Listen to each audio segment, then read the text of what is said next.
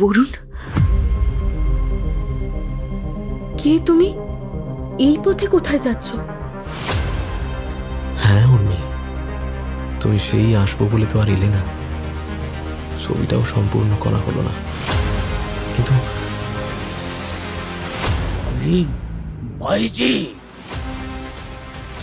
বরুণ, তুমি এখন যাও, আমার ভীষণ ভয় করছে।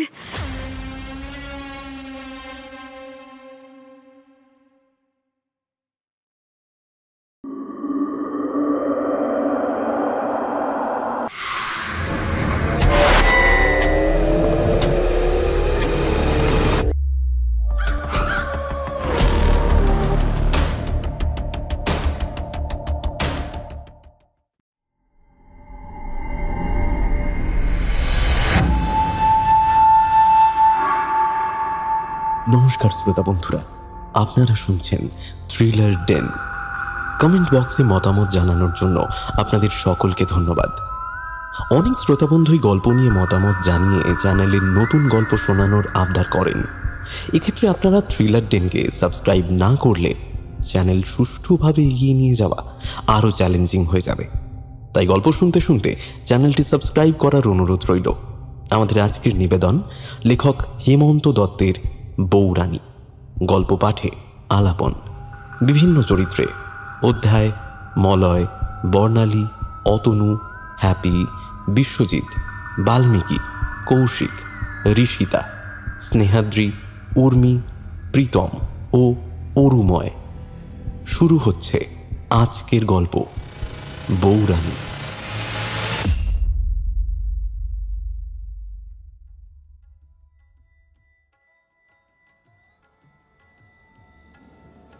বড়মহলের দোতলার কোণের ঘর থেকে ভেসে আসছে সারেঙ্গিয়ার নূপুরের শব্দ। আকাশের কোণে জমতে থাকা মেঘ ফুঁসতে শুরু করেছে খ্যাপা মহিষের মতো। বাতাস যেন উত্তুঙ্গ ঘোড়া। মেঘের বুক ফুঁড়ে বিদ্যুতের কয়েকটা ফলা অন্ধকারকে চিরে দিয়ে চলে যাচ্ছে। বৌরানীর মহল থেকে অতি সন্তর্পণে বের হয়ে এলো দুজন ছায়া মূর্তির মতো। প্রকৃতির এই সব কিছুকে উপেক্ষা করেই এগিয়ে চলল তারা। ছায়ামূর্তিদের গোটা শরীর কালো পোশাকে ঢাকা। মহল থেকে ছিটকে আসা আলোয় তাদের প্রেত বলে মনে হচ্ছে। মহলের পেছনের ঝোপে ঢাকা পাথরটার সামনে গিয়ে এক মুহূর্ত থামল তারা। তাদের একজন একবার ঘাড় ঘুরিয়ে দেখল দোতলার জলসাগরটাকে। সেখান থেকে মৃদু ভেসে আসছে সারেঙ্গিয়ার নূপুরের শব্দ। ছায়ামূর্তির চোখ দুটো একবার ছিকিয়ে উঠে আবার মিলিয়ে গেল। আকাশের বুক চিরে বিদ্যুতের আরো কয়েকটা ফলা ধেয়ে এলো অন্ধকারের দিকে। বাতাস এখন পাগল হাতি যেন, কিন্তু সেই সবকে উপেক্ষা করে ছায়ামূর্তি দুজন হন হন করে হেঁটে চলেছে জঙ্গলাকীর্ণ পথটা ধরে। পেছনের জমিদার মহল একটু একটু করে মিলিয়ে যাচ্ছে। বেশ অনেকটা পথ অতিক্রম করে এসে তারা থামল গাছের আড়ালে থাকা একটা বাড়ির সামনে। একজন এগিয়ে গিয়ে আলতো টোকা দিল দরজায়। না, দরজা খুলল না। ছায়ামূর্তির চোয়াল কঠিন হল। আলতো হাতে সে ঠেলল দরজাটাকে। একটা খুব মৃদু শব্দ করে খুলে গেল সেটা। চাপা লালচে একটা আলো ছায়ামূর্তির চোখে এসে লাগলো। বুকটা কেঁপে উঠল তার। ঘরের মাঝামাঝি একটা চেয়ার, তাতে একজন বসে আছে দরজার দিকে পিঠ করে। বসে থাকা মানুষটার সামনে একটা অর্ধ সমাপ্ত ছবি। ছবিটায় দেখা যাচ্ছে এক মহিলার বুকের কাপড়ের অর্ধেকটা অংশ খসে পড়েছে। নগ্ন বুকের ওপরের অংশ বেশ অনেকটাই দৃশ্যমান হচ্ছে সেই লালচে মৃদু আলোয়। সে মনের দ্বিধাদ্বন্দ্ব ছেড়ে ফেলে ডাক দিল, বরুণ। চেয়ারে বসা মানুষটা উঠে দাঁড়ালো। এক মুহূর্ত থামল যেন। তারপর ঘুরল ছায়ামূর্তির দিকে। ছায়ামূর্তি আঁতকে উঠে পিছিয়ে এলো। উল্টো দিকের মানুষটার চোখে ভীষণ প্রতিহিংসা যেন বিদ্যুতের ফলার মতো চিকচিক করছে। ছায়ামূর্তির ঠোঁট চিরে বের হয়ে এলো, এ কি আপনি? শালিং ভাইজি, বরুণ, বরুণ কোথায়? মানুষটা কোনো উত্তর দিল না। পরিবর্তে এগিয়ে এসে টেনে ধরল সেই মহিলার চুলের মুঠি। হ্যাঁচকা টান মেরে ফেলে দিল মহিলাকে মেঝেতে। ঠোঁট কেটে গড়িয়ে পড়ল তার রক্ত। উঠতে গেল সে, আর তখনই চোখে পড়ল সেই ভয়ঙ্কর দৃশ্যটা। ছুটে যেতে গেল সেদিকে, কিন্তু মানুষটা টিপে ধরল তার হাত। লোকটার হাতে চিকিয়ে উঠল ধারালো একটা ছুরি। দাঁতে দাঁত চেপে কিছু একটা বলতে যাচ্ছিল, কিন্তু ঠিক তখনই বিষাক্ত একটা ছোড়া সনসন বাতাস কেটে এসে গিথে গেল সেই মানুষটার শরীরে। এক দলা রক্ত ছিটিয়ে পড়ল অর্ধসমাপ্ত ছবিটার উপর। লোকটার শরীরটা ভীষণ একরকম ঝাঁকুনি খেয়ে পড়ে গেল মেঝেতে। আধখোলা জানলা দিয়ে ঢুকে এলো দমকা হাওয়া। জ্বলতে থাকা মাটির প্রদীপটা নিভে গেল তপ করে, আর চাপ চাপ অন্ধকারে ঢেকে গেল চারপাশ।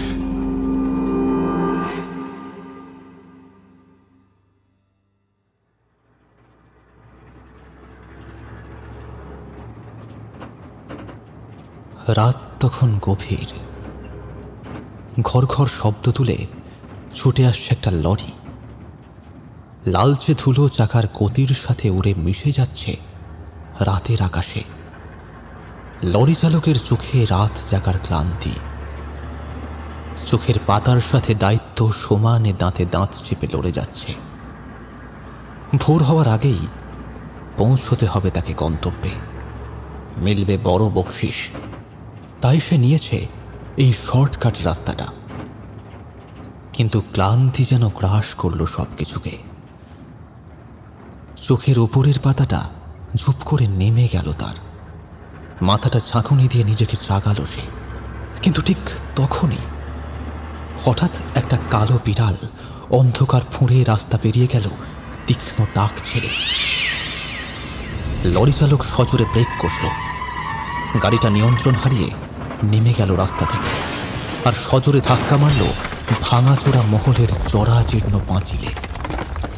পাঁচিল লাগোয়া ইটের স্তম্ভটা হুড়মুড় করে ভেঙে পড়ল। লরি চালক এক মুহূর্ত গোছালো নিজেকে, চোখে মুখে জল দিল। তারপর লরিটাকে পেঁচিয়ে নিয়ে এসে আবারও রাস্তায় ধুলো উড়িয়ে অন্ধকারে অদৃশ্য হয়ে গেল। মহলের ঝোপঝাড়ে থাকা চত্বরে পড়ে রইল সেই আধ ভাঙা ইটের স্তূপ। পরিত্যক্ত সেই মহলে এই গভীর রাতে কোনো দর্শক নেই। যদি থাকতো তাহলে দেখতে পেত ভাঙা ইটের স্তূপের ওপর পড়ে আছে ভয়ঙ্কর একটা জিনিস। ভীষণ ভয়ঙ্কর। কেমন সনসন একটা বাতাস বইতে শুরু করলো। দুলতে শুরু করলো গাছপালাগুলো, কেঁপে উঠল ঝোপঝাড়গুলো, আর নিঃশব্দে, ভীষণ নিঃশব্দে কেউ যেন এগিয়ে গেল বৌরানীর মহলটার দিকে। কিন্তু কেউ কি তখনও অনুমান করতে পেরেছিল এই নিঃশব্দে হেঁটে যাওয়াটাই এক ভয়ঙ্কর মর্মান্তিক ভবিষ্যতের রচনা করে দিল?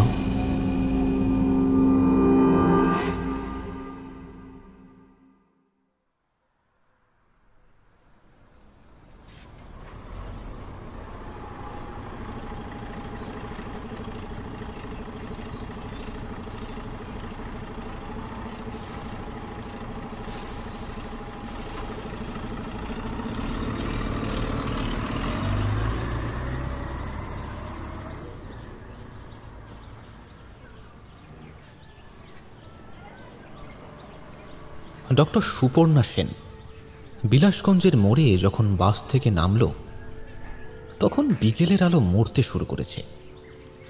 সাথে একটা ঢাউস পিঠ ব্যাগ। এক মুহূর্ত দেখলে মনে হয় সে কোনো গাঁয়ে নয়, পাহাড়ে চলেছে। চোখ থেকে সানগ্লাসটা খুলে একবার এদিক ওদিক তাকালো, তারপর হাঁটা দিল সামনের দিকে। কয়েক পা যেতেই একটা ছোট চালা ঘর চোখে পড়ল তার। এক নজর দেখল চালা ঘরটাকে। সেটাকে চার তেলে ভাজার দোকান বলেই মনে হচ্ছে। এক মুহূর্ত ভাবল কিছু, তারপর এগিয়ে গেল সেই দোকানটার দিকে। বসলো একটা ভাঙাচোরা বেঞ্চে, গলা একটু উঁচিয়ে বলল, দাদা একটা চা। তারপর ব্যাগ থেকে জলের বোতল বের করে চোখে মুখে জল দিল, ঢকঢক করে খানিকটা খেল। দোকানদার একটা ভাঙাচোরা থালায় কাঁচের গ্লাসে ধোঁয়া ওঠা চা এনে সুপর্ণার হাতে দিয়ে বলল, দিদিমণি তেলে ভাজা নেবেন নাকি? হরির দোকানের বেগুনি খেলে 7 জন্ম মুখে লেগে থাকবে। সুপর্ণা চাটা হাতে নিয়ে মৃদু হেসে ফেলল। আচ্ছা বেশ, দাও একটা। দোকানদার ছেঁড়া পাতায় গরম একটা বেগুনি এনে সুপর্ণার হাতে দিয়ে বলল, এই নিন দিদিমণি, খেয়ে দেখুন, খারাপ লাগলে পয়সা ফেরত। চায়ে আলতো চুমুক দিল সুপর্ণা। বেগুনিতে একটা কামড় বসালো। না, নেহাত মন্দ নয়, খেতে বেশ মুচমুচে। আর একটা কামড় বসাতে গেল, আর ঠিক তখনই তার চোখে পড়ল উল্টো দিকে বেঞ্চে বসা লোকটার উপর। লোভাতুর দৃষ্টিটা আটকে আছে যেন সুপর্ণার বুকের খাঁজে। মেজাজটা গরম হয়ে গেল তার। এই যে দাদা, যেটা দেখতে চাইছেন সেটা তো বাড়িতে গেলেও দেখতে পাবেন, তার জন্য তো আর চায়ের দোকানে আসার কোনো দরকার নেই। সুপর্ণা আধ খাওয়া বেগুনিটা ছুঁড়ে ফেলে দিল, নামিয়ে দিল বাকি আধ কাপ চায়ের গ্লাসটাও। দোকানদার ছুটে এসে তাড়াতাড়ি জিজ্ঞাসা করল, কি হলো দিদিমণি, ভালো লাগেনি? হ্যাঁ ভালো, এই নাও দাম। 20 টাকার একটা নোট দোকানদারের হাতে প্রায় গুঁজে দিয়ে ব্যাগটা পিঠে তুলে হন হন করে হাঁটা দিল। দোকানদার কেমন যেন একটা ভ্যাবা চাকা খেয়ে দাঁড়িয়ে রইল টাকাটা হাতে নিয়েই। সুপর্ণা লালচে মোরামের রাস্তা ধরে এগিয়ে চলল সামনের দিকে। সে নিজেও জানে না আর কোনোদিনও তার নিজের বাড়ি ফেরা হবে কিনা। ফোনে একটা ছোট্ট টেক্সট ছেড়ে এসছে শুধু, বাবা আমায় ক্ষমা করো, যা করতে চলেছি তাতে তোমাদের সমর্থন থাকবে না জানি, তাই না জানিয়ে বের হতে হলো। তোমাদের ইচ্ছেতে নিজেকে মানিয়ে নিতে পারলাম না, ক্ষমা করো আমায়, ক্ষমা করো। এক মুহূর্তের জন্য বাবার মুখটা তার মনের পর্দায় তুলে উঠল। সুপর্ণা জানে তার ঘর ছেড়ে চলে আসায় মা চিৎকার করবে, বাবা হম্বিতম্বি করবে কিছুটা, তারপর লুকিয়ে লুকিয়ে চোখের জল ফেলবে। সুপর্ণার বুকটা এক মুহূর্তের জন্য খাঁ খাঁ করে উঠল, কিন্তু দ্রুত গোছালো নিজেকে। তারপর আবার হাঁটা দিল। না, ফিরবে না সে কিছুতেই। ফিরলে কোনোদিন লক্ষ্যে এগিয়ে যাওয়া হবে না তার।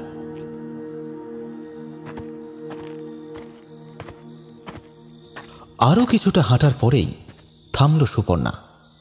সামনেই একটা সুবিশাল জমিদার মহল, তার গন্তব্যস্থল। সন্ধ্যা নামা আধারে এক পলক জরিপ করল মহলটাকে।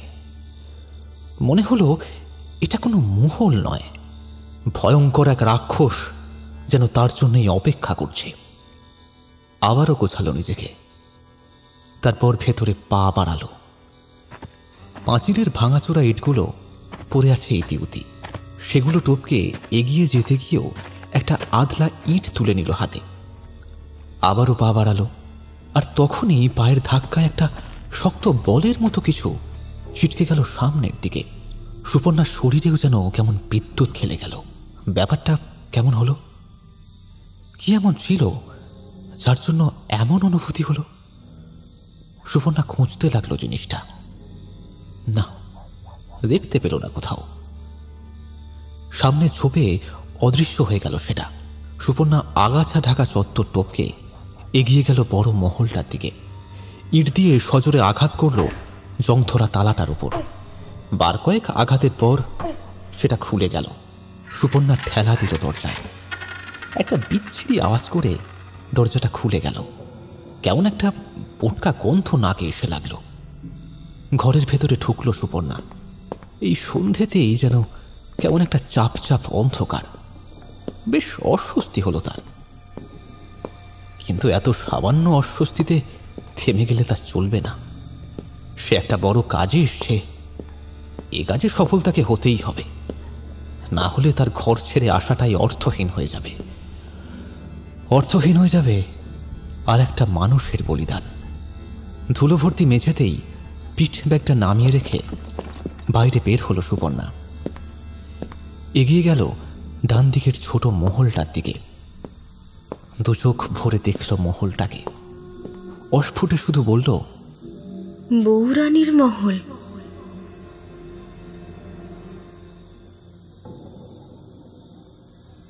বেশ অনেকটা সময় সুপর্ণা মহলটার সামনে দাঁড়িয়ে রইল। এই মহলের নিচের তলাতেই শুরু করবে কাজটা, কিন্তু সবার আগে পরিষ্কার পরিচ্ছন্ন করতে হবে। তার জন্য লোক দরকার। সুপর্ণা ফিরে এলো বড় মহলে।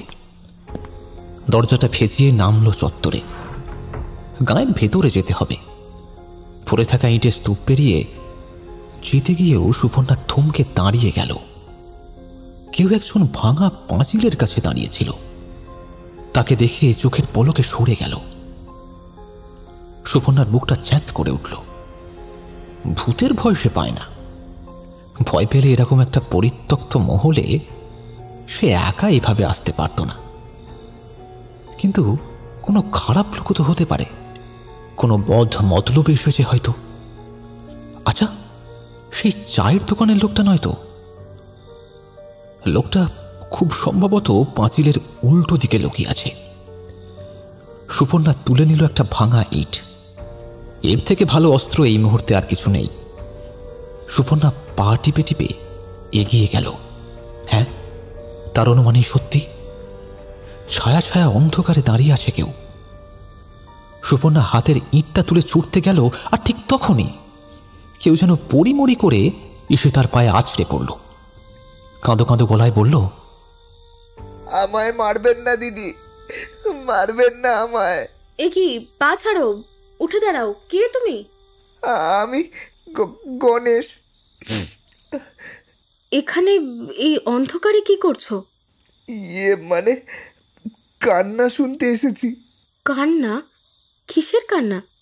ওই দিনু, বিশু ওরা বলছিল মহলের দরজার কাছে কে যেন রাত হলেই কাঁদে, তাই মানে সেটাই শুনতে।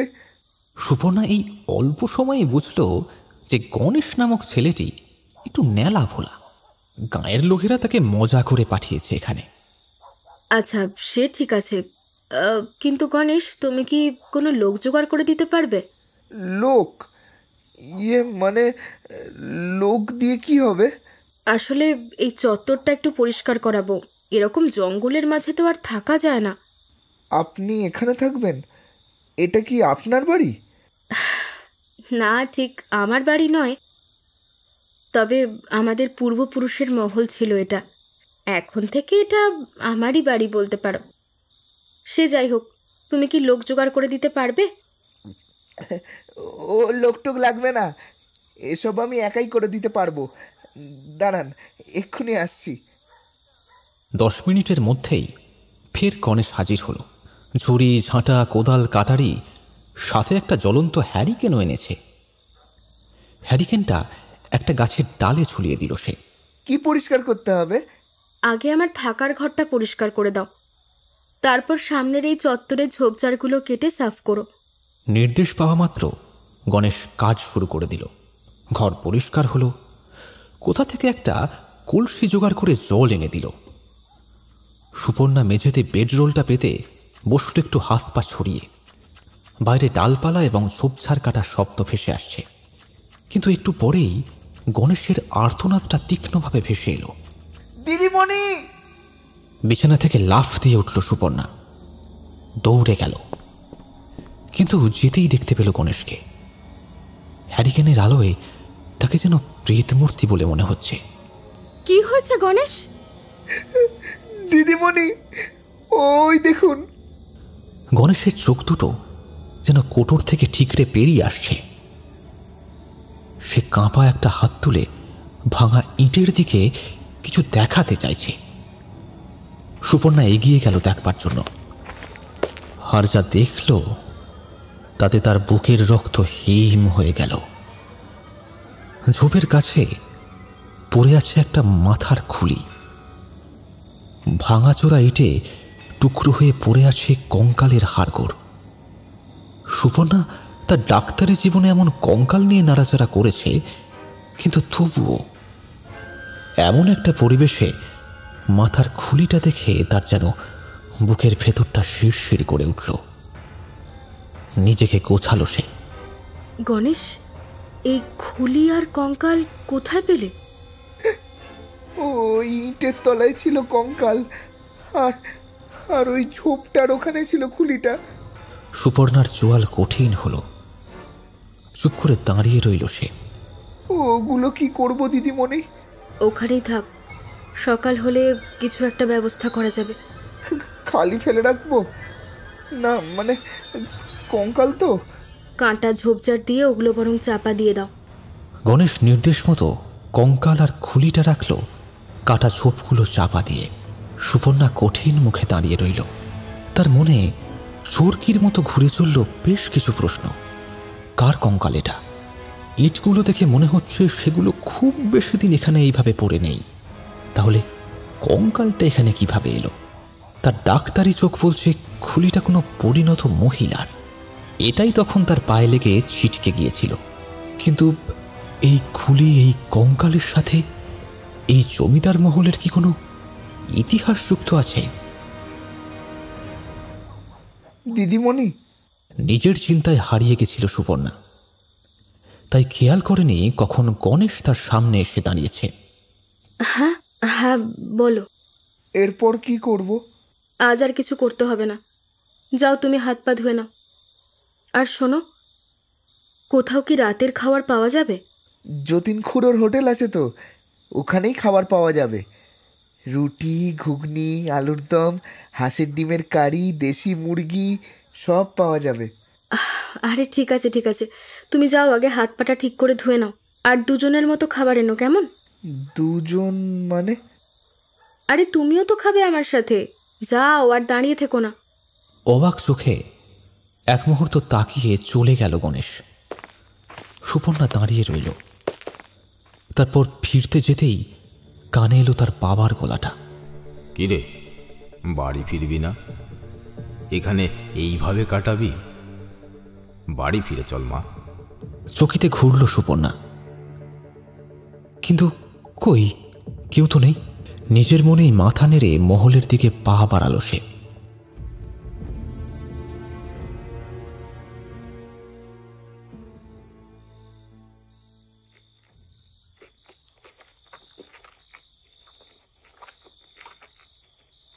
গণেশের আনা রুটি আর ডিমের কারি দিয়ে রাতের খাবারটা সারছে সুপর্ণা। কটা কাগজের থালাও এনেছে সে। সুপর্ণা এক পলক দেখল ছেলেটাকে। বয়স 23 কি 24 হবে, কিন্তু কেমন যেন একটা শিশু সুলভ ভাব। খাওয়াটাই তার প্রমাণ দিচ্ছে। কেমন ছোট্ট ছেলের মতো খেয়ে চলেছে গণেশ। সুপর্ণা খেতে খেতে জিজ্ঞাসা করল, গণেশ, তোমার বাড়িতে কে আছে? কেউ নেই দিদিমণি। মা ছিল, গেল বর্ষায় দেওয়াল চাপা পড়ে মরে গেল। এখন আমি একাই। তাহলে তোমার চলে কি করে? মানে রান্না বান্না এসব? রান্না আর কোথায়, যেদিন যা পাই খাই। আর রায়দের রকে বা যতীন খুড়োর হোটেলের বেঞ্চে শুয়ে কাটিয়ে দিই। একটা মানুষের কাছে কিছুই নেই, তবুও সে কত খুশি। আর আমরা কিছু একটা বলতে যাচ্ছিল সে, আর তখনই একটা কান্না অন্ধকার ফুঁড়ে তার কানে এসে বিঁধল। সুপর্ণার কপালে ভাঁজ। থেমে গেছে গণেশের খাওয়াও। সুপর্ণা চিন্তিত মুখে বলল, কে কাঁদছে এভাবে? বউরানী। বউরানী মানে? হ্যাঁ দিদিমণি, গায়ের সবাই বলে রাত বাড়লে নাকি বউরানী কাঁদে। আমি তো এটা শোনার জন্যই তখন এঁটো হাতেই উঠে পড়ল সুপর্ণা। বাইরে যাবার জন্য পা বাড়ালো, আর সঙ্গে সঙ্গে গণেশ বাধা দিল। যাবেন না দিদিমণি। সুপর্ণা কোনো নিষেধ শুনল না। বের হয়ে এলো বাইরে। হ্যারিকেন নিয়ে পেছনে পেছনে বের হয়ে এলো গণেশও। কিন্তু বাইরে কেউই নেই, শুধু ঝিঁঝির ডাক ভাঙছে জমাট নিস্তব্ধতাকে। সুপর্ণা গণেশকে নিয়ে চত্বরের এদিক ওদিক দেখল, না, কেউ নেই কোথাও। কেউই তো নেই, তাহলে কি জানি দিদিমণি, মনের ভুল হবে হয়তো। ফিরে এলো সুপর্ণা। গণেশ তখন কান্নার কথা বলছিল বলেই মনের অবচেতনে হয়তো শুনতে পেল, নাকি অন্য কিছু, ঠিক বুঝতে পারল না সে। মনের দোলাচলটাকে ঝেড়ে ফেলতে সুপর্ণা বাকি খাবারটুকু খেয়ে নিল। খাওয়া শেষ হলে সুপর্ণা গণেশকে উদ্দেশ্য করে বলল, বেশ গণেশ, তুমি বরং আজকে যাও, আর কাল সকালেই কিন্তু চলে এসো। এখন বেশ কদিন এখানে অনেক কাজ আছে, আর আরও কিছু লোকও লাগবে।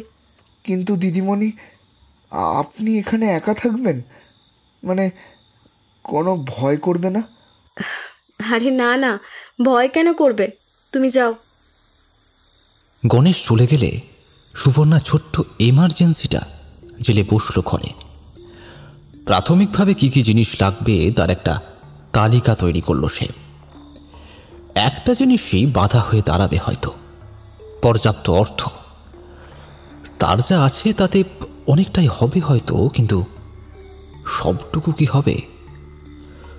মনটা কেমন যেন তেতো হয়ে গেল সুপর্ণার।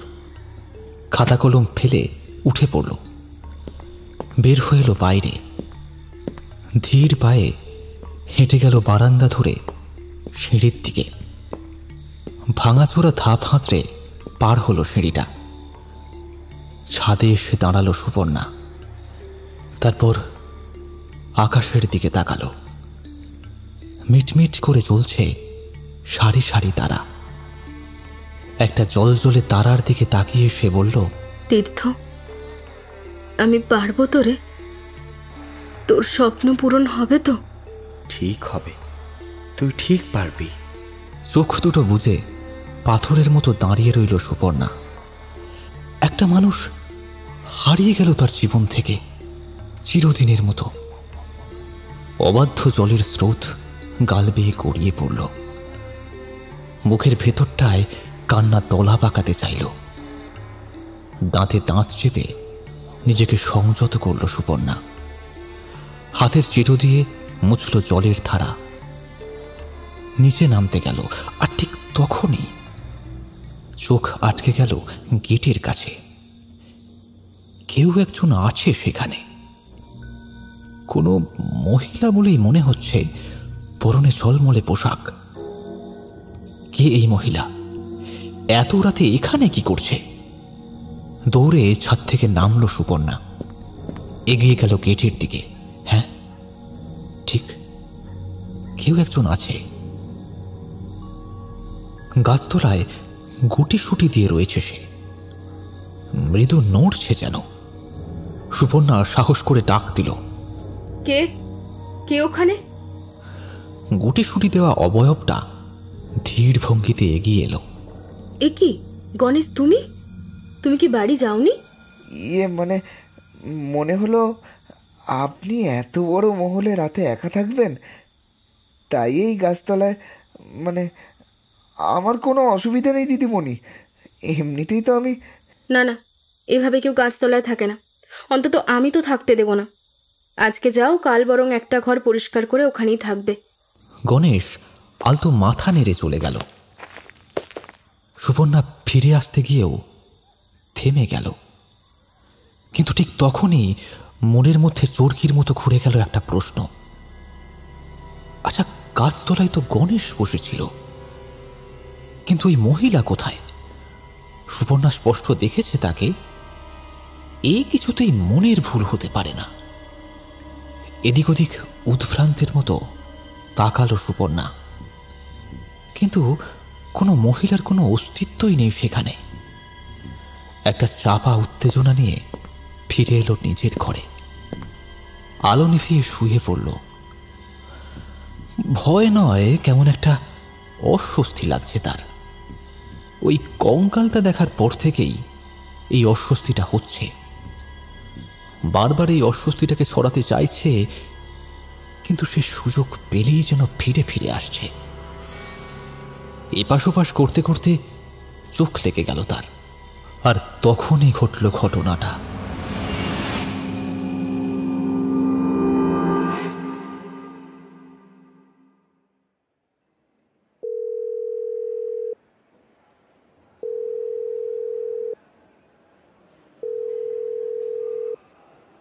সুপর্ণা আরও একবার ফোন করল। না, এবারেও পেল না তীর্থকে। বিরক্তটা এবার রাগে পরিণত হচ্ছে। কোথায় যে থাকে কি জানে, ফোনটাও তো ধরছে না। হাত ঘড়িটা দেখল সুপর্ণা। সেমিনার শুরু হতে ঘণ্টাখানেক দেরি, আর তীর্থরই দেখা নেই যে এই সেমিনারের মধ্যমণি। সুপর্ণা বেপরোয়া হয়ে আরও একবার ফোন করল।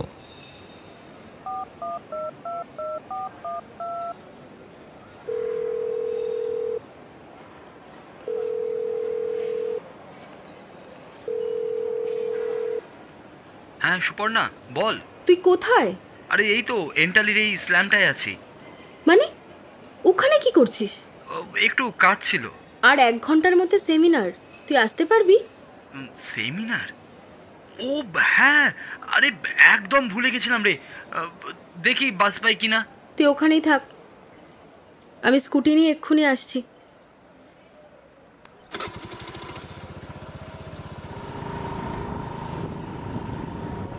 সুপর্ণা যেন ঝড়ের বেগে স্কুটিটা চালিয়ে এসে পৌঁছলো জায়গাটায়।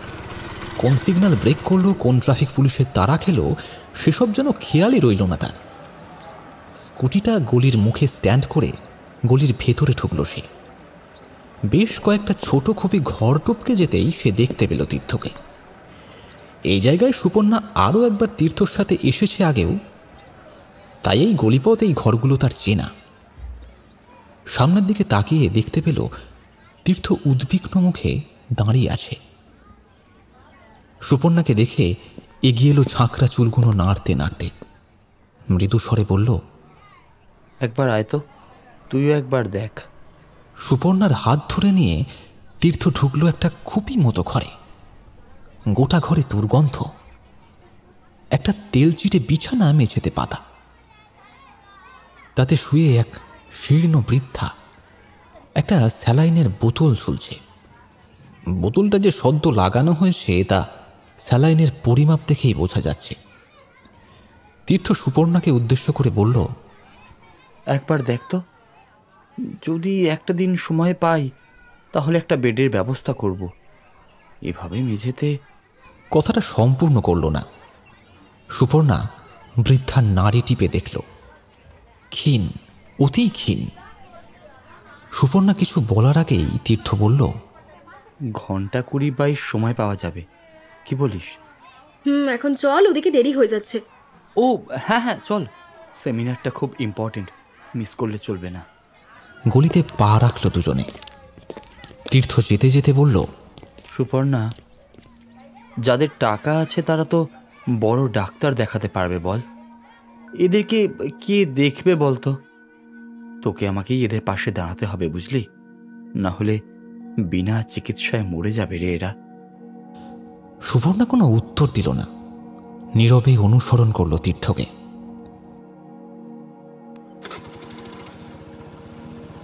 তীর্থ চালাতে লাগলো স্কুটিটা।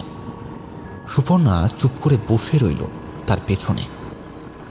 আজ এতগুলো বছরে তাদের বন্ধুত্ব, তবু তীর্থ নামক এই ঝাঁকড়া চুলের মানুষটাকে যেন চিনে উঠতে পারল না সে। হঠাৎ থেমে গেল তীর্থ। সুপর্ণা অবাক হয়ে বলল, কি হলো, থামলি কেন? একটু দাঁড়া, কয়েকটা ওষুধ নেবার আছে। তা এটা আবার কোন বস্তির সেবায়? আরে না রে, কোনো বস্তির জন্য নয়। ওই হোস্টেলের নিচে একজন ভিখারি থাকে, পায়ে সেপটিক হয়েছে, তাই। তুই একটু দাঁড়া, আমি এক্ষুনি আসছি। সুপর্ণা। হ্যাঁ বল। যদি আমি এই কাজগুলো সম্পূর্ণ করে যেতে না পারি তাহলে তুই সম্পূর্ণ করিস। বলেই চোখের পলকে রাস্তাটা পেরিয়ে চলে গেল। সুপর্ণার বুকটা যেন দুলে উঠল এক মুহূর্তের জন্য। অস্ফুট স্বরে সে বলল, এমন কেন বলল তীর্থ? রাস্তার উল্টো দিকে ওষুধের দোকানটা।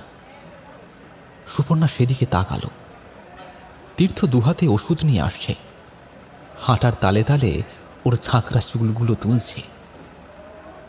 রাস্তা পেরিয়ে আসতে আসতে সুপর্ণাকে ডাক দিল সে। সুপর্ণা, এই হয়ে গেছে রে, আমি আসছি এক্ষুনি। ও দ্রুত রাস্তাটা পেরিয়ে আসতে গেল, আর ঠিক তখনই দুরন্ত গতিতে একটা লরি সজোরে ধাক্কা মারল তীর্থকে। দেহটা শূন্যে পাক খেয়ে আছড়ে পড়ল কালো পিচের রাস্তায়। হাতের ওষুধগুলো ছড়িয়ে ছিটিয়ে গেল রাস্তার উপর। তীর্থ! পাগলের মতো দৌড়ে গেল সুপর্ণা। ছুটে আসছে আশপাশের লোকজন। টকটকে লাল রক্তে ভেসে যাচ্ছে কালো পিচের রাস্তা। শরীরটা যেন দলা পাকিয়ে গেছে। হাঁটু গেড়ে বসে পড়ল সুপর্ণা। তীর্থ! তীর্থ!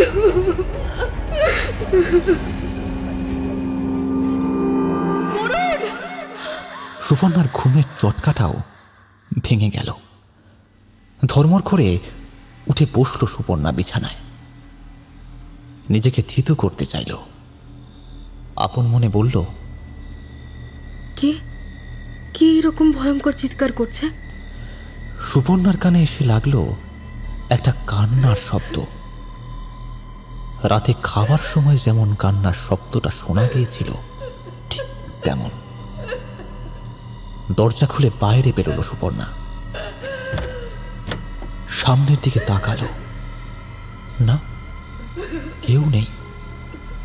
কিন্তু সুপর্ণা এখন বুঝে গেছে কেউ অবশ্যই আছে। শুধু তাকে দেখা যাচ্ছে না, নাগাল পাওয়া যাচ্ছে না তার। ও বদ্ধপরিকর তাকে খুঁজে বের করবেই।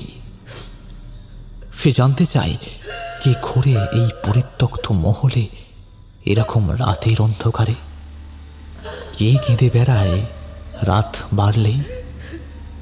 সুপর্ণা চত্বরের এদিক ওদিক তীক্ষ্ণ দৃষ্টিতে জড়িয়ে পড়ল। আকাশে এখন ফালি চাঁদ উঠেছে। তরল আলো ছড়িয়ে পড়ছে চত্বরে। ফাঁকা চত্বরে কারোর হদিশ পেল না সে, তবু ডাক দিল, কে আছো ওখানে? বলো কে আছো? কি হলো, উত্তর দিচ্ছ না কেন? এমন লুকোচুরি খেলা প্লিজ বন্ধ করো, সামনে এসো। কোনো উত্তর এলো না। উত্তর যে পাবে না সুপর্ণা তেমনটাই ভেবেছিল। এক মুহূর্ত চোয়াল কঠিন হলো তার। বারান্দায় উঠে ধীর পায়ে এগিয়ে গেল। সিঁড়ি ধরে উঠল দোতলায়। আবারও গলা উঁচিয়ে ডাক দিল, কে আছো? উত্তর দিচ্ছ না কেন? সুপর্ণা ঠিক করে নিয়েছে, এই মহলে যদি ওই মহিলার দেখা না পায় তাহলে বউরানীর মহলে যাবে। ভূত প্রেত রাক্ষস খক্ষস মানুষ যেই হোক না কেন তাকে খুঁজে বের করবেই। যে কাজে সে এসেছে সে কাজে নামার আগে এই রহস্যময়ী মহিলাকে খুঁজে বের করতেই হবে। এই মহল, রাতের এই কান্না সব রহস্যের সমাধান করতে হবে আগে, না হলে কোনো কাজের লোক পাওয়া যাবে না। সবাই তো আর গণেশ নয়। সুপর্ণা আরো একবার গলা উঁচিয়ে ডাকতে যাচ্ছিল, কিন্তু ঠিক তখনই ঘটল ঘটনাটা। কোণের ঘরটায় দপ করে জ্বলে উঠল আলো।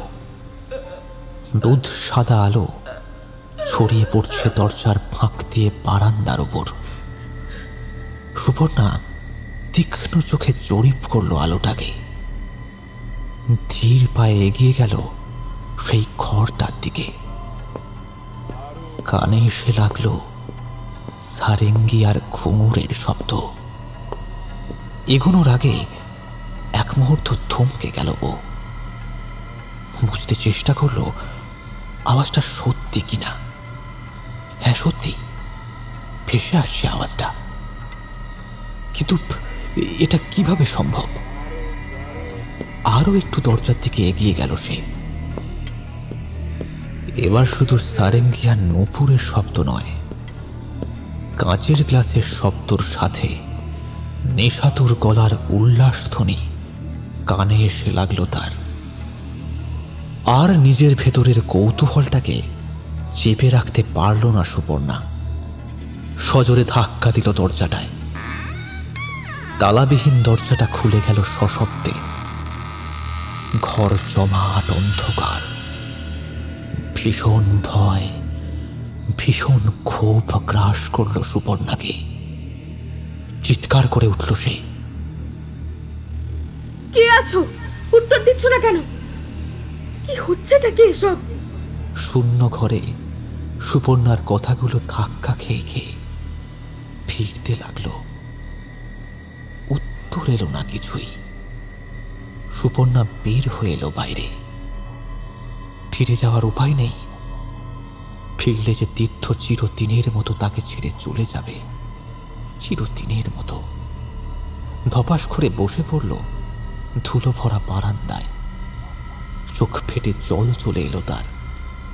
এক বুক ক্ষোভ, হতাশার কান্না নিয়ে বসে রইল সে। আর ঠিক তখনই বাবার গলাটা কানে এলো, ফিরে চল মা, এই সব পাগলামি করিস না, ফিরে চল, ফিরে চল। সুপর্ণা উঠতে যাচ্ছিল, কিন্তু পারল না। পরিচিত একটা গায়ের গন্ধ যেন তার নাকে এসে লাগলো। মন বলল তীর্থ এসেছে। হ্যাঁ, এই তো, ওই যে তার গা ঘেঁষে বসল। ঝাঁকড়া চুলগুলো ছুঁয়ে যাচ্ছিল সুপর্ণার গাল। আমি আদৌ কি পারবো? আমার যে সবকিছু কেমন তালগোল পাকিয়ে যাচ্ছে। তুই পারবি রে, তুই ঠিক পারবি। শুধু সাহস নিয়ে এগিয়ে চল। অখণ্ড নীরবতায় ভরে গেল মহল। সুপর্ণা বসে রইল এক মুহূর্ত, তারপর উঠে পড়ল। নিজেকে গোছালো সে। কিছু একটা ভাবতে ভাবতে ওর চোয়াল কঠিন হয়ে এলো। তারপর এগিয়ে যেতে গেল, আর ঠিক তখনই কাঁচের ছনছন একটা শব্দ হলো। আর কেউ যেন সাথে সাথে টুকরে কেঁদে উঠল। শব্দটা আসছে পাশের ঘরটা থেকে। দ্রুত পায়ে সুপর্ণা এগিয়ে গেল ঘরটার দিকে। তালা ঝুলছে ঘরটার দরজায়। বন্ধ দরজায় বার কয়েক ঝাঁকুনি দিল পাগলের মতো। আবারও এক মুহূর্ত ভাবল, দৌড়ে নামলো নিচে। চত্বর থেকে ইট তুলতে গিয়ে থমকে গেল সে। সন্ধ্যা রাতে ঝোপের নিচে রাখা ছিল কঙ্কাল আর মাথার খুলি। আচ্ছা, সেটা গেল কোথায়? কিছুই তো নেই সেখানে। ব্যাপারটা কেমন হলো? গণেশ কি তবে? জুৎসই কোনো উত্তর পেল না সুপর্ণা। কিন্তু এখন এটা নিয়ে ভাববার একদম সময় হাতে নেই। ইটটা নিয়ে আবারও উঠল দোতলায়। বন্ধ ঘরের তালা খুলল বেশ কয়েকবারের চেষ্টায়। সুপর্ণা ঢুকল ভেতরে। কেমন একটা দম বন্ধ করা পরিবেশ। সুপর্ণা এগিয়ে গেল, আর তখনই পায়ে ফুটল একটা ভাঙা কোনো কাঁচ। গলা থেকে আর্তনাদটা বেরিয়ে এলো। পাটা তুলে কাঁচটা বের করল। একতলা রক্ত ঝরে পড়ল মেঝেতে। কাঁচটা ছুঁড়ে ফেলে দিতে গেল, আর তখনই চোখে পড়ল জিনিসটা। প্রায় ছোঁ মেরে তুলে নিল সেটা। অন্ধকারের একটা নিজস্ব আলো আছে। সেই আলোয় সুপর্ণা দেখল জিনিসটাকে। একটা অর্ধসমাপ্ত ছবি। কিন্তু চিত্রিত মুখটায় দৃষ্টি পড়তেই সুপর্ণার শরীর বেয়ে যেন 1000 ভোল্টের বিদ্যুৎ ছুটে গেল। গলা ঠেলেই আপন হতেই বেরিয়ে এলো, এটা কিভাবে সম্ভব? এই মহিলাকেই তো আমি কিছুক্ষণ আগে ফটকের কাছে। সুপর্ণা কিছু ভাবার আগেই ঘরের বাতাস পাক খেতে শুরু করলো। খুলে গেল বন্ধ জানালা সশব্দে, আর হুড়মুড় করে ঢুকে পড়ল পাগল হাওয়া। বিচিত্র বিচিত্র কণ্ঠস্বর ধ্বনিত হচ্ছে বাতাসে ঘূর্ণির সাথে। সুপর্ণা চিত্রটাকে শক্ত মুঠোয় ধরেই ঘর থেকে বের হয়ে আসতে গেল, কিন্তু কিন্তু পারল না। ঘূর্ণিঝড় তার শরীরটাকে তুলে নিল। শূন্যে পাক খেতে লাগলো সুপর্ণা, আর পাক খেতে খেতেই বুঝতে পারল সে যেন পিছিয়ে চলেছে শতক পুরনো কোনো এক মর্মান্তিক ঘটনার দৃশ্যপটে।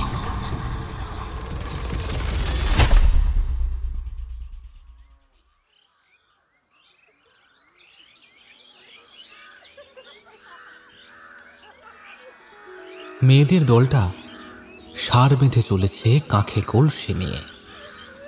হাসি মস্করা চটুলতায় ভরে আছে পরিবেশ। সার বেঁধেই তারা নদীর ঘাটে নামল। কলসি পূর্ণ করল সুমিষ্ট জলে। আবার অভ্যাস মতোই সার বেঁধেই ফিরতে শুরু করলো দলটা। কিন্তু কয়েক পা গিয়েই থমকে গেল তারা। সামনের রাস্তায় ধুলো উড়িয়ে ছুটে আসছে একটা ঘোড়া। মেয়েদের দলটা রাস্তা ছেড়ে একটু সরে দাঁড়ালো। ঘোড়াটা এসে থামলো মেয়েদের ঠিক সামনে। ঘোড়া থেকে নামলো এক সুদর্শন যুবক। ধীর পায়ে সে এগিয়ে এলো মেয়েদের দলটার দিকে।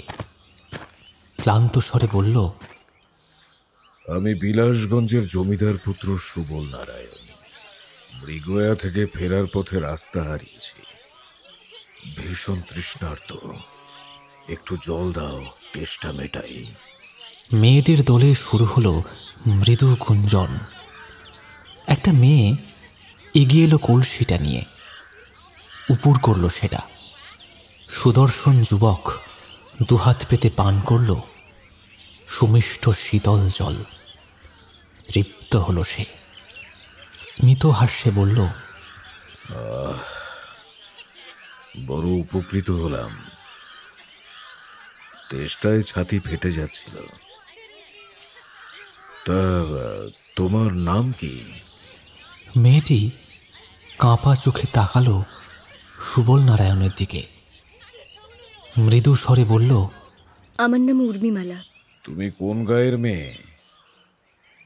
তোমার বাবার নাম কি? হিজলগঞ্জ। বাবার নাম হরিসাধন রক্ষিত। বেশ, আমি এখন আসি, খুব শিগগিরই আবার দেখা হবে।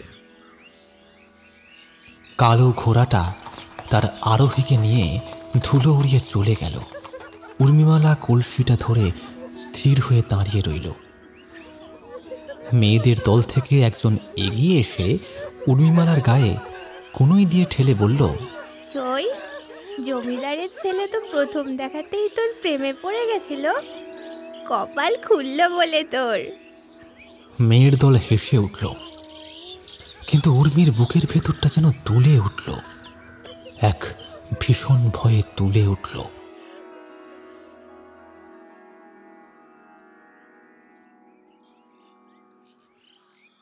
স্ট্যান্ডে সেট করে রাখা একটা সাদা ক্যানভাসের দিকে অপলক তাকিয়েছিল ছেলেটা।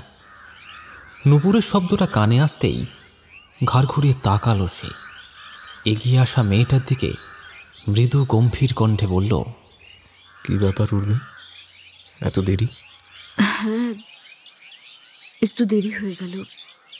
আসলে ঘরের সব কাজ সেরে আসতে হলো তো। মা বেশ অসুস্থ। হুম, বেশ, এখানটায় বসো, ছবিটা শুরু করব। উর্মি এসে বসল জায়গাটায়। ছেলেটি শুরু করলো ছবিটা আঁকতে। একটু পরেই বিরক্তির স্বরে বলল, উর্মি, কি হয়েছে তোমার? এমন নড়ছো কেন? বরুণ, আমার খুব ভয় করছে। ভয়? কিসের ভয়? এখানে তো কেউ নেই। না, এখানে নয়, অন্য ভয় লাগছে।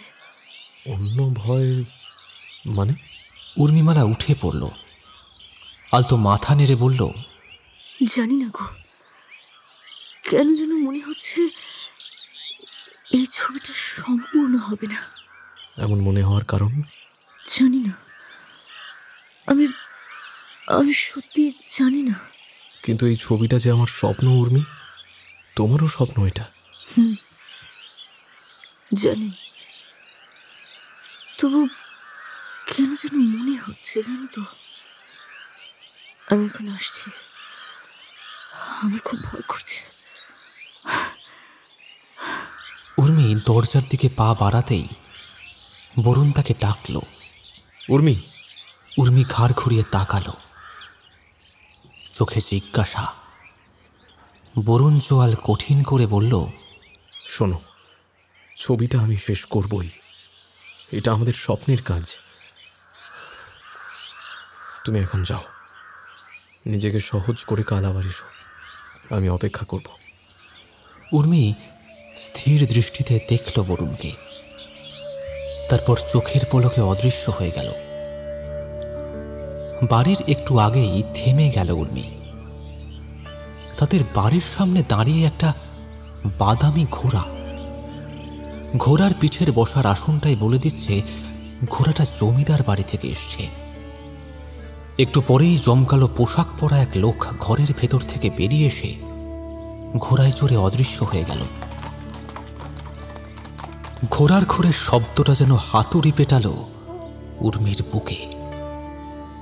কেমন উদ্ভ্রান্তের মতো এক দৃষ্টি নিয়ে সে ঘোড়ার চলে যাওয়াটা দেখল, তারপর ঘুরল নিজের ঘরের দিকে।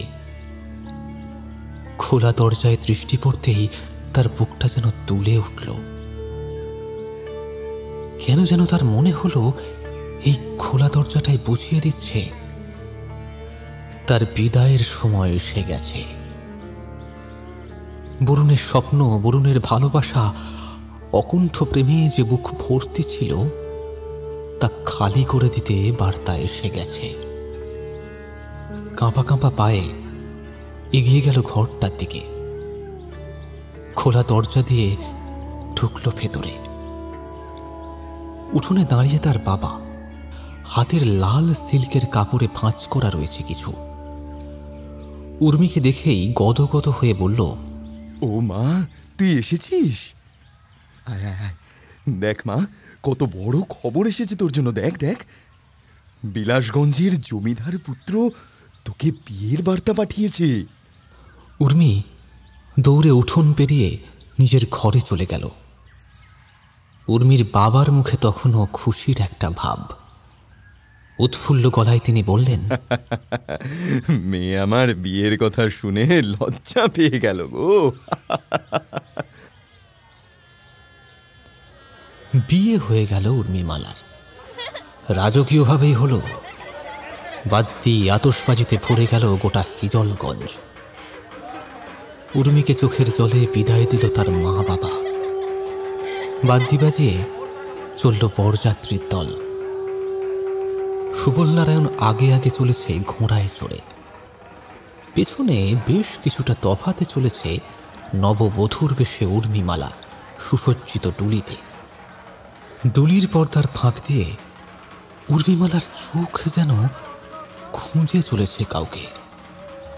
ওই তো সে বসে আছে গাছতলায়।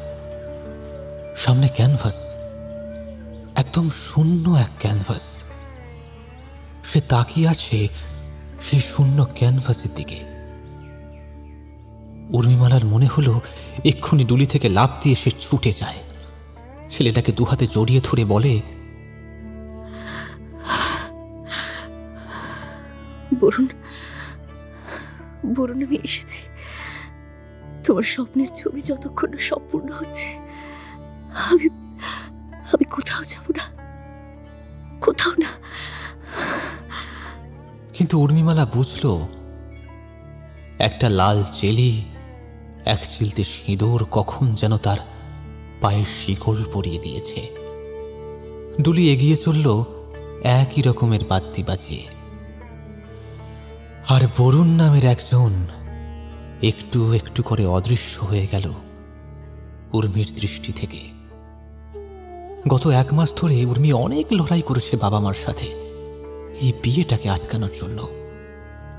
পারেনি। চিৎকার করেছে, কেঁদেছে, না খেয়ে থেকেছে।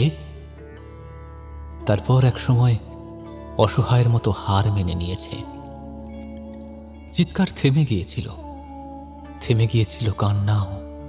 এমনকি বিদায়কালেও তার চোখ থেকে এক ফোঁটা জলও বের হয়নি। কিন্তু এই মুহূর্তে উর্মির মনে হলো সে যেন গলা ফাটিয়ে কাঁদে। চিৎকার করে বলে,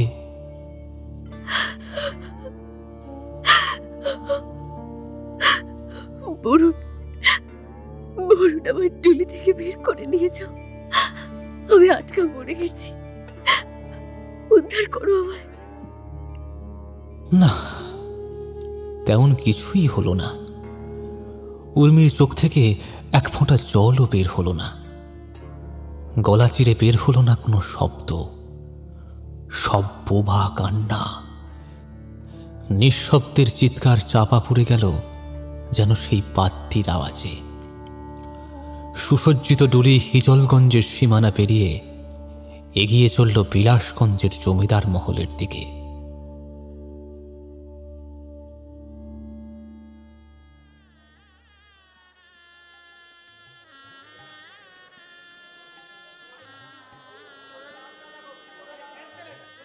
জমিদার মহল এখন কলরবে মুখরিত। সানায় বেজে চলেছে এক টানা, ভিয়েন বসেছে, চাকর বাকর দাসদাসী ভীষণ ব্যস্ত। অন্যান্য জমিদারের লোকজন এসেছে অতিথি হয়ে, নববধূকে নিয়ে ব্যস্ত অনেকেই। ঠিক এমন সময় দাসী মতি এসে খবরটা দিল, অবৌরানী, হিজলগঞ্জ থেকে একজন এসেছেন আপনার সাথে দেখা করতে, আমি সদর ঘরে বসিয়ে রেখে এসেছি। উর্মিমালা কিছুটা অবাক হলো। আজ তার ফুলশয্যা, তার বাবার বাড়ি থেকে লোকজন আসবে সন্ধ্যা রাতে, তাহলে এখন গেল। বুকের ভেতরটা অজানা কোনো আশঙ্কায় শিরশির করে উঠল তার। সে কিছুটা দ্রুত পায়েই গেল সদর ঘরে। দেখল জানালার দিকে মুখ করে বসে আছে একজন, চৌপায়ায় রাখা জল আর মিষ্টি। যুবকটা পায়ের শব্দে ঘুরল, আর যাকে দেখল তাকে দেখে উর্মির গোটা শরীর যেন ভীষণ ভয়ে অবশ হয়ে গেল। কাঁপা স্বরে বলল, কি তুমি?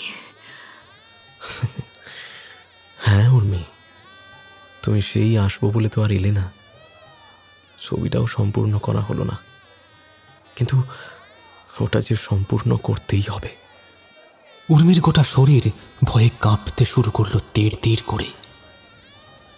সে একবার বড় মহলের দিকে তাকালো, ভয়ার্ত গলায় বলল, বরুণ, বরুণ তুমি এখন যাও, আমার ভীষণ ভয় করছে, কেউ যদি জানতে পারে। ভীষণ একটা ভয়ে তার গলাটা যেন বুঝে এলো। বরুণ একই রকম শুকনো হাসি হেসে বলল, উর্মি, এই ভয়টাই যে তোমাকে কাটাতে হবে, না হলে এতদিনের গড়া স্বপ্ন যে কোনোদিন সম্পূর্ণ হবে না। উর্মি এগিয়ে গিয়ে ধরল বরুণের হাত।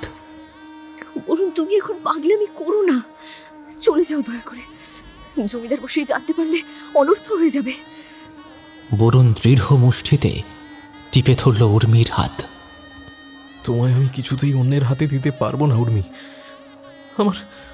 আমার অবস্থাটা একটু বোঝো। এতগুলো বছরের সম্পর্ক আমি কিভাবে। ভীষণ আবেগে বুঝে এলো বরুণের গলা। উর্মি এক প্রকার জোর করেই তার হাতটা ছাড়িয়ে নিল। ঘুরতে গেল সে, আর তখনই দেখল দাসী মতি সদর ঘরের দরজার কাছে দাঁড়িয়ে। উর্মিকে ঘুরতে দেখে কিছুটা থতমত খেয়ে বলল, বৌরানী, আমি আসলে মানে দেখতেই ছিলাম, আর কিছু লাগবে কি না? উর্মি কোনো উত্তর দেওয়ার আগেই বরুণ প্রায় ঝড়ের বেগে ঘর ছেড়ে বেরিয়ে গেল। চলে গেল দাসী মতিও। উর্মি এক বুক উদ্বিগ্নতা আর কষ্ট নিয়ে দাঁড়িয়ে রইল সেখানেই।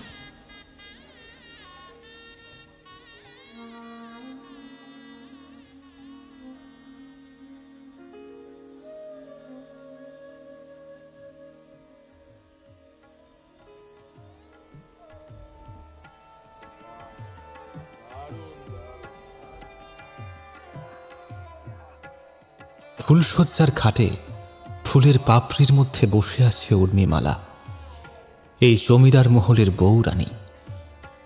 সানাইয়ের আওয়াজ থেমে গেছে, কিন্তু বাজতে শুরু করেছে সারেঙ্গি, আর সেই তালে বেজে চলেছে ঘুঙুর। আধখোলা দরজায় কেউ এসে দাঁড়ালো। হাঁটুর মধ্যে চিবুক রেখে এতক্ষণ বসেছিল বৌরানী। এবার মুখ তুলে তাকালো সে, দেখল মতি দাঁড়িয়ে। মৃদু শব্দে ডাকলো, ভেতরে এসো। মতি কিছুটা ইতস্তত হয়ে ভেতরে ঢুকলো। কিছু বলছো? বলছি বৌরানী, জমিদার মশাই ইন্দুবাই নামে এক নতুন বাইজি এনেছে জলসাঘরে। তিনি এখন সেখানেই। মানে আপনি কি শুয়ে পড়বেন? তাহলে বড় বাতিটা নিভিয়ে দেব? উর্মি এক মুহূর্ত কান পাতল। বড় মহলের দোতলায় জলসাঘর, সেখান থেকে ভেসে আসছে সারেঙ্গির শব্দ। আলতো মাথা নেড়ে বলল, নিভিয়ে দাও। আর দরজাটা বন্ধ করে দিয়েছ। মতি বড় বাতিটা নিভিয়ে দিয়ে দরজা বন্ধ করে চলে গেল। ছোট্ট মৃদু আলোটা জ্বলছে তখন ঘরে। সেই আলোতেই চুপ করে একইভাবে বসে রইল বৌরানী। চোয়াল কঠিন করে শুধু শুনে যেতে লাগলো কেমন করে সারেঙ্গিটা ঘুঙুরের তালে তালে বেজে চলেছে। শ্রান্ত শরীর, যন্ত্রণা ভরা একটা মন নিয়ে শুয়ে পড়তে গেল বৌরানী। কিন্তু না শুয়ে সে এগিয়ে গেল জানলার দিকে। ভারী পর্দা সরিয়ে দৃষ্টি ফেলল বাইরে। মহলের পেছনেই বড় জঙ্গল। বড় বড় গাছগুলো যেন ছুঁতে চাইছে আকাশটাকে। আকাশের পর্দায় ঝুলে থাকা চাঁদ রূপলি তরল ছড়িয়ে দিচ্ছে জঙ্গলে। বৌরানী তাকিয়ে রইল আলো ছায়ায় ঢাকা জঙ্গলটার দিকে। হঠাৎই তার চোখে পড়ল একটা বড় ঝাঁকড়া গাছের তলায় এক ছায়া মূর্তির দিকে। এক মুহূর্তের জন্য বৌরানী থমকে গেল। গরাদবিহীন জানলা দিয়ে মুখ বাড়ালো বাইরে। ছায়ামূর্তি যেন হাত নাড়া দিল, আর ছায়ামূর্তিকে চিনতে পেরেই বৌরানীর বুকটা ধক করে উঠল।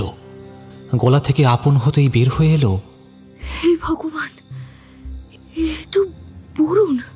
বৌরানী দ্রুত সরে এলো জানলা থেকে। এক মুহূর্ত অপেক্ষা করল। আরো একবার কাঁপা কাঁপা হাতে সরালো ভারী পর্দাটা। দৃষ্টি নিক্ষেপ করল ঝাঁকড়া গাছের তলায়।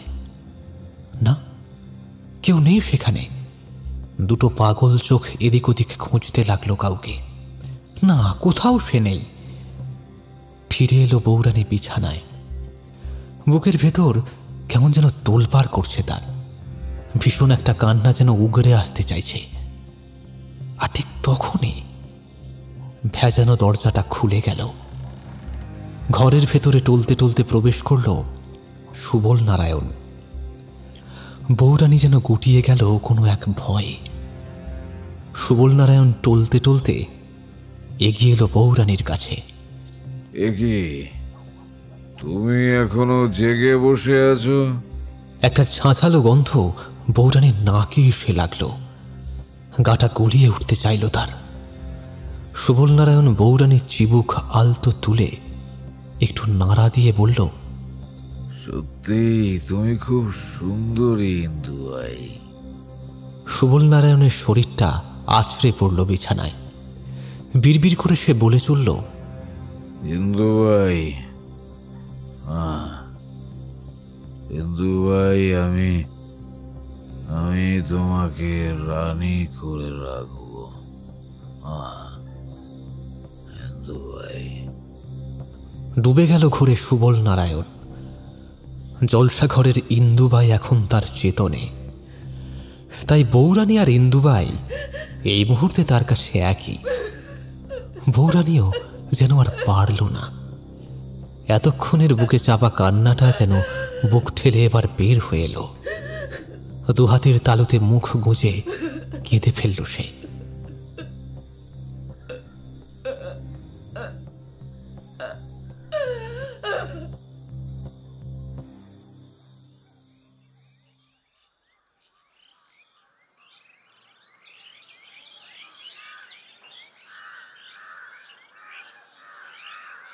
ঝুল বারান্দায় স্নান সেরে দাঁড়িয়েছিল বৌরানী। মতি বারান্দার মেঝেতে বসে ফল কাটছিল বৌরানীর জন্য। ঠিক তখনই কানে এলো একজন বাউল নিচের রাস্তা দিয়ে গান গেয়ে চলেছে। আমার জনম গেল ভুলে ভুলে কইরা পিরিতি, প্রেমের হাটে মন হারাইলাম না জেনে ক্ষতি। আমি প্রেমের হাটে মন হারাইলাম না জেনে ক্ষতি। লোহা যেমন পরে কামার আমি তেমন পুরি। বাউল ছেলেটি গাইতে গাইতে একবার উপরের ঝুল বারান্দার দিকে তাকালো, যেখানে দাঁড়িয়েছিল বৌরানী। বাউলের দৃষ্টিটা যেন বৌরানীর বুকের ভেতর সেঁধিয়ে গেল, কে জানে কেন। বাউল ছেলেটি সামনের রাস্তা ধরে অদৃশ্য হয়ে যাচ্ছে একটু একটু করে। বৌরানী মতিকে ডেকে বলল, মতি, আমার একটা কাজ করে দিতে পারবি? খুব গোপনে করতে হবে কিন্তু। কি কাজ বৌরানী? ওই যে ওই বাউল ছেলেটি গান গেয়ে যাচ্ছে, ও কোথায় থাকে খবর নিয়ে দিতে পারবি তুই? কেন পারবো না বৌরানী, মতির কাছে ওসব কাজ জল ভাত, আমি এক্ষুনি খবর নিয়ে আসছি। বেশ, কিন্তু দেখিস কেউ যেন জানতে না পারে। আপনি কিচ্ছুটি চিন্তা করবেন না, কাক প্রকৃতিও জানতে পারবে না।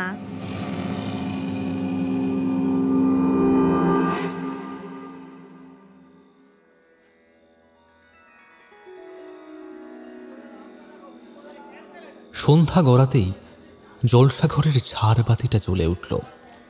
দুধ সাদা আলো ছড়িয়ে পড়ছে সাদা কালো বরফি কাটা মেঝেতে। সারেঙ্গি বাদক ছাড় টানার প্রস্তুতি নিচ্ছে। লাল ফরাসে একটা তাকিয়ায় ঠেস দিয়ে বসে আছে সুবল নারায়ণ। সামনে মদিনার পাত্র। ঝাড়বাতির আলোর ঔজ্জ্বল্য যেন শতগুণ বেড়ে গেল ইন্দুবা এসে হাজির হতেই। ঘুঙুরের শব্দটাই যেন চঞ্চল করে দিল জলসাঘরের উপস্থিত লোকগুলোকে। সুবল নারায়ণ মদিনার গ্লাসে আলতো চুমুক দিয়ে বলল, এবার শুরু হোক। বেজে উঠল সারেঙ্গি, তাল দিল ঘুঙুরের আওয়াজ, জমে উঠল ইন্দুবাইয়ের জলসা। ঠিক এমন সময় বৌরানী মহলের দরজায় এসে হাজির হল মতি দাসী। মাথা নিচু করে বলল, বৌরানী আমায় ডেকেছেন? বৌরানী এতক্ষণ জানলা দিয়ে বাইরের জঙ্গলের দিকে তাকিয়েছিল। মতির ডাকে মুখ ঘোরালো সে। মৃদু স্বরে বলল, ভিতরে এসো। মতি ভয়ে ভয়ে ঢুকল ভেতরে। বৌরানী যেন বেশ আনমনা, কি যেন ভেবে চলেছে দুপুরে মতির কাছে ওই খবরটা পাওয়ার পর থেকেই। নিজেকে একটু গুছিয়ে সে বলল, মতি, আমাকে সেখানে নিয়ে যেতে পারবি? কোথায় বৌরানী? ওই বাউলের আস্তানায়। পারবো বৌরানী, কিন্তু যদি জানাজানি হয়ে যায়, মানে। আচ্ছা, এমন কি কোনো পথ নেই যে লুকিয়ে যাওয়া যায়? আছে বৌরানী, জঙ্গলের পথে যদি যাওয়া যায় তাহলে। বেশ, তাই চল ভাই। কিন্তু সে পথ যে বড় বিপদ, যে কোনো মুহূর্তে হিংস্র জন্তুর আক্রমণ হতে পারে বৌরানী। বুঝেছি, তুই দাঁড়া। বৌরানী একটা ধারালো ছোরা এনে মতির হাতে দিয়ে বলল, এই যে এই ছোরাটা দেখছিস, এটাই জমিদারির নায়েব মশাই আমায় দিয়ে আশীর্বাদ করেছিলেন। তিনি বলেছিলেন, এটা আশীর্বাদী ছোরা, সব সময় সাথে রেখো, যে কোনো বিপদ থেকে এটা তোমায় রক্ষা করবে। চল, এক্ষুনি চল, জলসা শেষ হওয়ার আগেই ফিরতে হবে। মহলের পিছনের দরজা দিয়ে বৌরানী মতির সাথে বের হলো সকলের অলক্ষ্যে। ধরল জঙ্গলের পথ। বড় গাছের সারি টপকে এগিয়ে চলল তারা। গাছে গাছে জোনাকি জ্বলছে আর নিভছে, ডাকছে ঝিঝি পোকা। বউরানী মতিকে অনুসরণ করে এগিয়ে চলেছে। বেশ কিছুটা গিয়ে থামল মতি, আঙুল তুলে সামনে দেখালো। ওই যে বউরানী, বাউলের রাস্তা না। বউরানী তীক্ষ্ণ চোখে জরিপ করল। একটা ভাঙাচোরা বাড়ি, বহু আগে হয়তো কেউ থাকতো, এখন যে পরিত্যক্ত তা তার অবস্থা দেখেই বোঝা যাচ্ছে। মতি, তুই এখানেই দাঁড়া, আমি একটু পরেই আসছি। মতি ছোড়াটা শক্ত মুঠোয় ধরে দাঁড়িয়ে রইল। বউরানী এগিয়ে গেল দ্রুত পায়ে। দরজার দিকে না গিয়ে সে গেল জানালার দিকে, উঁকি দিল ভেতরে। মাটির প্রদীপের লালচে একটা আলো ছড়িয়ে আছে ঘরে। সেই আলোয় দেখল ভাঙা চেয়ারে বসে আছে একজন, সামনে একটা ক্যানভাস, এলোমেলো আঁচড় কাটা সেখানে। আঁতকে উঠে পেছিয়ে এলো বউরানী। বউরানী এই ভয়টাই পেয়েছিল। বরুণ বরুণ বরুণ বরুণ এখানে আশ্রয় নিয়েছে। সেই তখন বাউলের বেশে গান গেয়ে ফিরছিল, তাই দৃষ্টিটা চেনা লেগেছিল তার। কি করবে এখন বউরানী? জমিদার মশাই যদি জানতে পারে কি হবে তাহলে? বউরানীর বুকটা টিপ টিপ করে উঠল। এক মুহূর্ত গোছালো নিজেকে, তারপর এগিয়ে গিয়ে দরজায় টোকা দিল। খুলল দরজা। বরুণের দৃষ্টি বউরানীর মুখে, স্থির অপলক এক দৃষ্টি। বউরানীর খুব ইচ্ছা করছে বরুণকে তীব্র ভর্ৎসনা করে, কড়া গলায় বলে, এখান থেকে চলে যাও, তুমি এক্ষুনি চলে যাও। কিন্তু আসলে তা বলতে পারল না বউরানী। সবকিছুর পরিবর্তে সে ঝাঁপিয়ে পড়ল বরুণের বুকে। কেন বরুণ, কেন এমন করছো? চলে যাও, চলে যাও এখান থেকে, তুমি চলে যাও, তাহলে তোমার বিপদ আমার বিপদ। বরুণও দুহাত দিয়ে জড়িয়ে ধরল বউরানীকে। চলে যাব উর্মি, আমাদের দুজনের স্বপ্নটা পূরণ হলেই চলে যাব, কথা দিলাম। দুহাতে ধরল বউরানীর মুখ, মৃদু হেসে বলল, উর্মি, স্বপ্ন পূরণ না করে কি করে যাই বলো?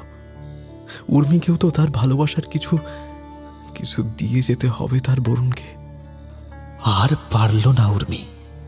ভীষণ আবেগে টেনে নিল বরুণের মুখটা নিজের মুখে। দুটি ঠোঁট নিঃশব্দে রচনা করে চলল অপূর্ণ প্রেমের অদৃশ্য রেখা। এরপর বেশ কয়েকদিন চলল বউরানীর গোপন অভিসার। জলসাঘরে ঝাড়বাতি জ্বললেই বউরানী জঙ্গল পেরিয়ে চলত তার অভিসারে। সাক্ষী শুধু মতি নামক এক দাসী। ক্যানভাসে একটু একটু করে ফুটে উঠছে একটা অবয়ব। দুটো মানুষের বহু দিনের স্বপ্নের বুনিয়াদ এগোচ্ছে ধাপে ধাপে। ঠিক এমনই একটা দিনে মতির ছেলেকে সাপে কাটল, জমে মানুষে টানাটানি। বউরানী নিজের কিছু গয়না কাটে দিল মতির ছেলের ভালো চিকিৎসার জন্য, কিন্তু সদর হাসপাতালে নিয়ে যাওয়ার আগেই মারা গেল ছেলেটা। মতি কাজে এলো আরো দুদিন বাদ। সদ্য সন্তান হারা এক মায়ের চলতে ফিরতে একটা শরীর মাত্র। বউরানীর পায়ের কাছে বসে ডুগরে কেঁদে ফেলল সে। বউরানী, বাঁচাতে পারলুম না, ঠিক সময় সদর হাসপাতালে নিয়ে যেতে পারলে ভাটুটা হয়তো। একদোলা কান্না বুঝিয়ে দিল মতির গলা।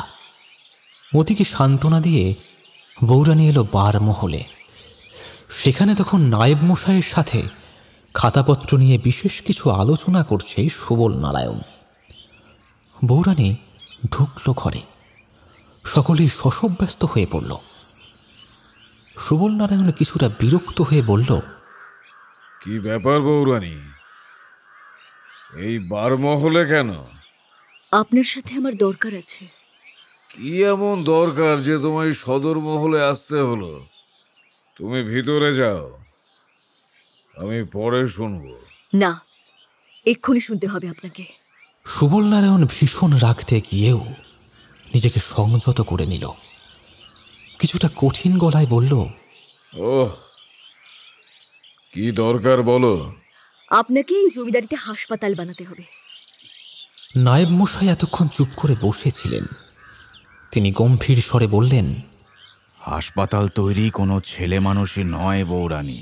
ছেলে মানুষই নয় বলেই তো জমিদারকে সে ব্যবস্থা নিতে হবে। প্রজারা তো আর এভাবে বিনা চিকিৎসায় মরতে পারে না। আহা, একটা হাসপাতাল করার মতো অর্থ এই মুহূর্তে আমাদের কোষাগারে নেই। তাই এসব আজে বাজে চিন্তা ভাবনা আপনি বাদ দিন। সেই তো, হাসপাতাল করলে আজে বাজে খরচ, আর প্রতিদিন যে জলসা ঘরে টাকার ফোয়ারা ছুটছে সেগুলো আজে বাজে নয়, তাই না বৌরানী? উপস্থিত সকলেই সুবল নারায়ণের অগ্নিশর্মা রূপ দেখে ভয়ে গুটিয়ে গেল। বৌরানী কঠিন এক দৃষ্টিতে দেখল জমিদার মশাইকে, তারপর বড় বড় পা ফেলে ফিরে এলো। ভীষণ এক রাগ, প্রচণ্ড এক ক্ষোভ যেন বুকে ঝড় তুলল তার। নিজের বিছানায় শরীরটা ছুঁড়ে দিল সে। রাগ, ক্ষোভ, বেপরোয়া কান্না যেন ঝরে পড়ল বিছানায়। দাঁতে দাঁত চেপে সে বলল, হাসপাতাল হবেই, আমার সব গয়না দিয়ে করব হাসপাতাল। এদিকে সদর মহলের কাজ শেষ করে সুবল নারায়ণ যখন উঠতে যাচ্ছিল, নায়েব মশাই থামালেন তাকে। একটু গম্ভীর স্বরে বললেন, জমিদার মশাই, আপনার সাথে একটা বিশেষ কথা আছে। হ্যাঁ নায়েব মশাই, বলুন। নায়েব মশাই উপস্থিত সকলকে ঘর ছেড়ে চলে যাওয়ার নির্দেশ দিতেই তারা চলে গেল। ঘর খালি হলে তিনি কিছুটা কঠিন মুখ করে বললেন, আপনি কি বৌরানীর ব্যাপারে সব ঠিকঠাক খবর রাখছেন? কোন খবরের কথা বলছেন? এই যেমন বৌরানী কোথায় যায়, কার সাথে মেলামেশা করে, এই সব আর কি। মানে আপনি কি বলছেন আমি বুঝতে পারছি না। আমার কাছে খবর আছে, বৌরানী সন্ধ্যা রাতে আপনি জলসা ঘরে ঢুকলেই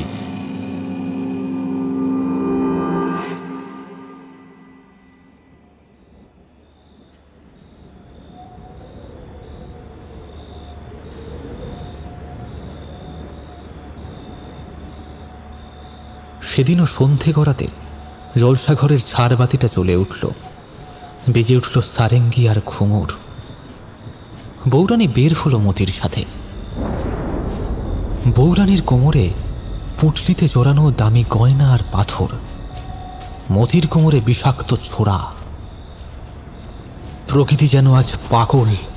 হাওয়া বইছে সনসন, আকাশের বুক চিরে দিচ্ছে বিদ্যুৎ।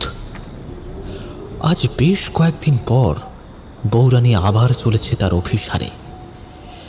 যে অভিসার চিত্রিত করছে সাদা ক্যানভাসের ওপর স্বপ্নের এক ছবিকে। ছবিটা থেমে আছে মাঝপথে, শেষ করতে হবে দ্রুত। গয়নাগাটি, দামি পাথর দেবে বরুণকে। হাসপাতালটা করতেই হবে। মতিকে তার নির্দিষ্ট জায়গায় দাঁড় করিয়ে রেখে বৌরানী এগিয়ে চলল। দরজার সামনে এসে থমকে দাঁড়ালো সে। বুকের ভেতরটা শিরশির করে উঠল। দরজায় টোকা দিল বৌরানী, কিন্তু দরজা খুলল না। বৌরানী অস্ফুট স্বরে বলল, বরুণ কি রাগ করেছে? চোয়াল কঠিন হলো তার। আলতো হাতে ঠেলল দরজাটা। খুলে গেল সেটা মৃদু শব্দ করে। লালচে আলোটা বৌরানীর চোখে ঝাপটা মেরে গেল। ঘরের মাঝামাঝি ভাঙা চেয়ারে বসে আছে বরুণ। সামনে অর্ধসমাপ্ত ছবিটা। অন্যদিন তো সে এলেই ছুটে এসে বরুণ তাকে জড়িয়ে ধরে, কিন্তু আজ এলো না কেন? তবে কি বরুণ ছবিটায় বিভোর হয়ে আছে? কাঁপা স্বরে ডাক দিল বৌরানী, বরুণ।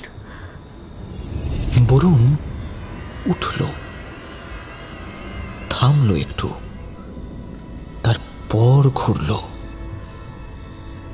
আর মুখটাতে চোখ পড়তেই বউরানী যেন আতকে উঠে পিছিয়ে গেল। এটা এটা বরুণ নয়, জমিদার সুবল নারায়ণ তার সামনে দাঁড়িয়ে। কি আপনি? সুবল নারায়ণের মুখে যেন আগুন ছুটছে, চোখে বিদ্যুতের ফলা।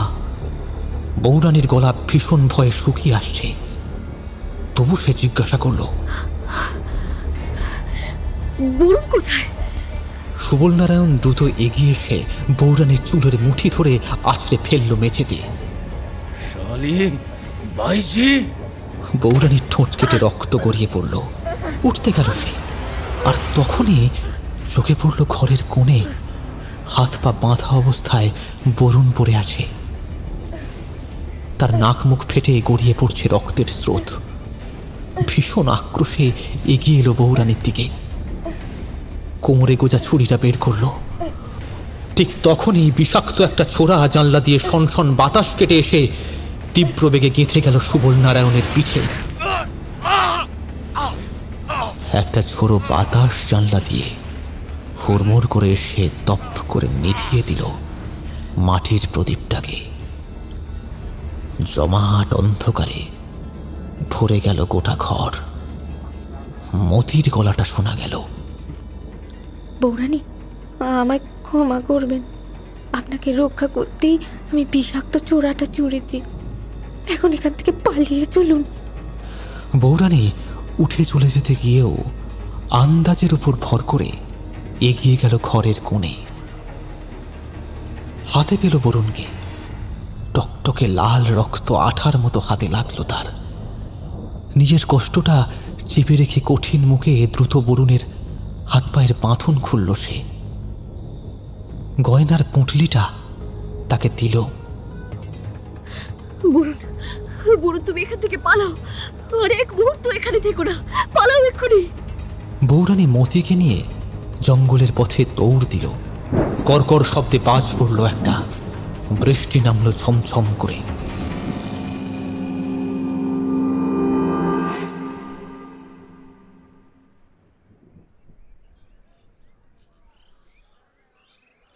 দুপুর নাগাদ বসল সভাটা। নায়েব মশাই বসে বিচারকের আসনে, পাশে বসে জমিদার মহলের কুল পুরোহিত। জমিদার সুবল নারায়ণের নিষ্প্রাণ দেহটা সাদা কালো বরফি কাটা চত্বরে শায়িত। দাহকার্য আটকে আছে। সবার মেঝেতে প্রস্তর মূর্তির মতো বসে আছে বউরানী। মতিকে কারাগারে আটকে রাখা হয়েছে। শয়ে শয়ে লোক জড়ো হচ্ছে চত্বরে। সবাই আসন্ন বিচার নিয়ে জল্পনা করছে নিজেদের মধ্যে। কোনো মেয়ে ছেলে এমন কাজ করতে পারে, বাপের জন্মে শুনিনি বাবা। বাপ রে, আমি তো শুনেই চমকে গেছি। নায়েব মশাই হাত তুলে থামালেন উপস্থিত জনতাকে। থেমে গেল গুঞ্জন। সকলেই উৎকণ্ঠিত মুখে তাকালো। পুরোহিতের সাথে এক প্রস্থ আলোচনা করলেন নায়েব মশাই। তারপর সভার উদ্দেশ্যে বললেন, সুবলগঞ্জের প্রজারা সকলেই ইতিমধ্যে জেনে গেছেন আমাদের বউরানী এক দাসীর সাথে ষড়যন্ত্র করে কত নৃশংসভাবে আমাদের প্রিয় জমিদার মশাইকে হত্যা করেছেন। এ ব্যাপারে এক বিদেশিও তার সঙ্গে যুক্ত, তার খোঁজ চলছে। মতি দাসী যে এই কাজে বউরানীকে সাহায্য করেছে তাকে ইতিমধ্যেই কারাগারে পাঠানো হয়েছে। কিন্তু বউরানীর জন্য আমরা কারাগার নয়, অন্য শাস্তির বিধান করছি। নায়েব মশাই থামলেন। উপস্থিত জনতা আবারও গুঞ্জন শুরু করল। নায়েব মশাই সম্ভাব্য শাস্তির বিধানটা হয়তো নিজের মনে গোছালেন। তারপর উপস্থিত জনতাকে উদ্দেশ্য করে বললেন, এত ঘৃণ্য অপরাধের শাস্তি একটাই, মৃত্যু। কুলপুরোহিত ও জমিদারির অন্যান্য অভিজ্ঞদের সঙ্গে আলোচনা করে এটাই সিদ্ধান্ত হয়েছে। বউরানীকে জীবন্ত কবর দেওয়া হবে। ভরা সভায় যেন বাজ পড়ল। যারা চাপা গুঞ্জন করছিল তারাও ভীষণ ভয়ে কুটিয়ে গেল। বউরানীর মধ্যে কিন্তু কোনো প্রতিক্রিয়া দেখা গেল না। সে পাথরের মূর্তির মতোই বসে রইল। নায়েব মশাইয়ের নির্দেশে জমিদারের দুজন দাসী এসে বউরানীকে নিয়ে গেল মূল ফটকের দিকে। সেখানে ইতিমধ্যে তৈরি হয়েছে ইট আর সিমেন্টের একটা বেদি। বউরানী যন্ত্রচালিতের মতো উঠে দাঁড়ালো বেদিতে। একের পর এক ইট গাঁথা হলো বউরানীকে ঘিরে। শেষ ইটটা যখন গাঁথা হচ্ছে তখনই বউরানীর গলা চিরে আর্তনাদ বের হয়ে এলো। চিরদিনের মতো স্তব্ধ হয়ে গেল সব। উপস্থিত জনতা যেন নড়াচড়া করবার শক্তি হারিয়ে ফেলল এরকম ভয়ঙ্কর দৃশ্য দেখে। ঠিক এমন সময় সবাই যখন বউরানীর মর্মান্তিক পরিণতি নিয়ে উদ্বিগ্ন, নিঃশব্দে জমিদার মহলে হাজির হলো একজন। প্রায় নিঃশব্দে সে হেঁটে গেল বারান্দা ধরে। একটা ঘরের খোলা দরজা দেখে ঢুকলো ভেতরে। কাঁধের ঝুলা থেকে বের করল একটা কাঁচের ফ্রেমে বন্দি অর্ধসমাপ্ত চিত্র। দেওয়ালের হুকে ঝোলালো সেটা। যেমন নিঃশব্দে এসেছিল ঠিক তেমনই নিঃশব্দে মহল ছেড়ে বেরিয়ে গেল। ছেলেটি গিয়ে দাঁড়ালো জমিদারি বিলের ঘাটে। কাঁধের ব্যাগ নামালো ঘাটের ধাপে। ধীর পায়ে নামলো সে জলে। এগিয়ে চলল জল ঠেলে গভীরে, অনেক গভীরে। জল বুক ছুঁল তার। ছেলেটি অস্ফুট স্বরে বলল, ছবিটা শেষ করতে পারলাম না উর্মি, তোমার স্বপ্ন সম্পূর্ণ করতে পারলাম না। ক্ষমা করো আমায়, ক্ষমা করো। বিলের একটা ঢেউ ছুটে এলো ছেলেটাকে লক্ষ্য করে, আর ডুবিয়ে দিল তাকে ঢেউয়ের গভীরে। আর শরীরটা নেমে গেল একটু একটু করে জলের অতলান্ত গভীরে।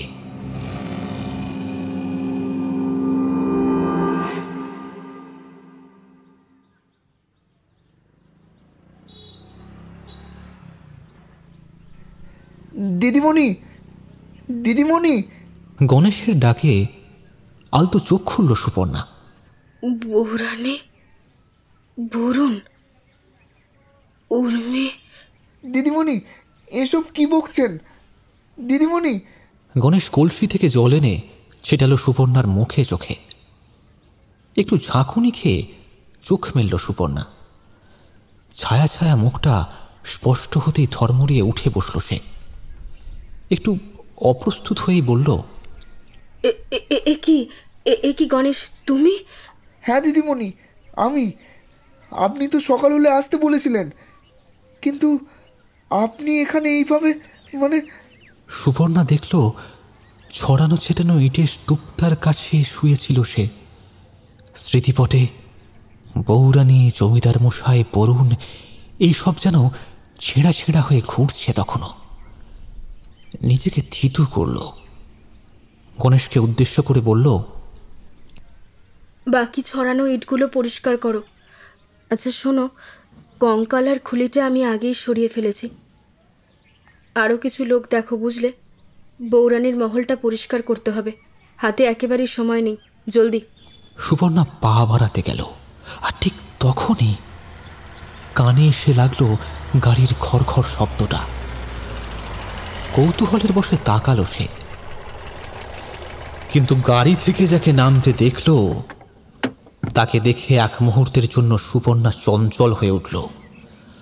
মাঝবয়সী একটা লোক এগিয়ে আসছে, মাথায় টুপি। লোকটা ফটক টপকে এগিয়ে এলো। সুপর্ণাকে দেখে কঠিন একটা হাসি নিয়ে বলল, এটাই ভেবেছিলাম। তাই কদিন ধরে তুই এই জমিদারির আঁতিপাতি জিজ্ঞেস করছিলি, কি পাগলামো করছিস। চল বাড়ি ফিরে চল। তোর যেখানে চেম্বার করার ইচ্ছা সেখানে করিস। এখন ফিরে চল আগে। না বাবা, ফিরে যাওয়া সম্ভব নয়। সম্ভব না মানে? কি পাগলামো করছিস? কি করবি এখানে থেকে? হাসপাতাল বানাবো বাবা। হাসপাতাল? হাসপাতাল বানানো কোনো ছেলে খেলা নয়। সুপর্ণা স্থির দৃষ্টিতে তাকালো বাবার দিকে। তার মনে হলো এটা তার বাবা নয়, শতক পুরনো আগে সেই জমিদারের নায়েব তার সঙ্গে কথা বলছে।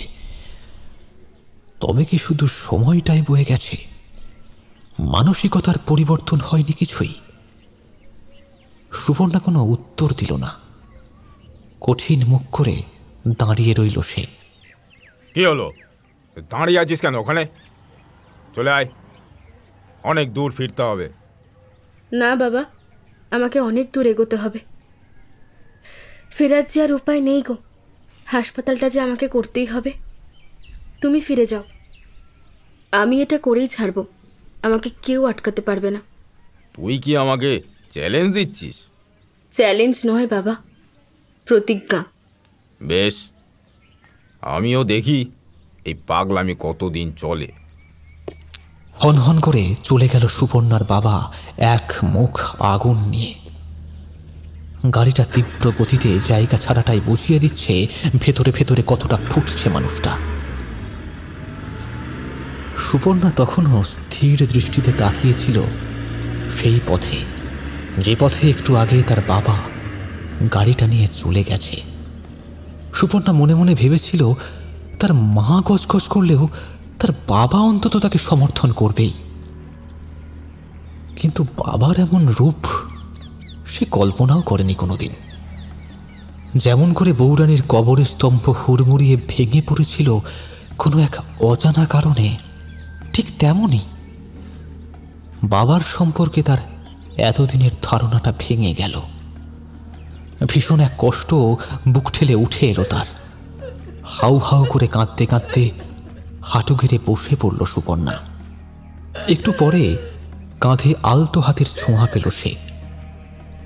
এই ছোঁয়া তার ভীষণ পরিচিত। তীর্থ এসেছে এবারেও তাকে ভরসা দিতে, আবারও তাকে উজ্জীবিত করতে। সবকিছু ভুলে ঝাঁপিয়ে পড়ল সে তীর্থর বুকে, কেঁদেই চলল সে।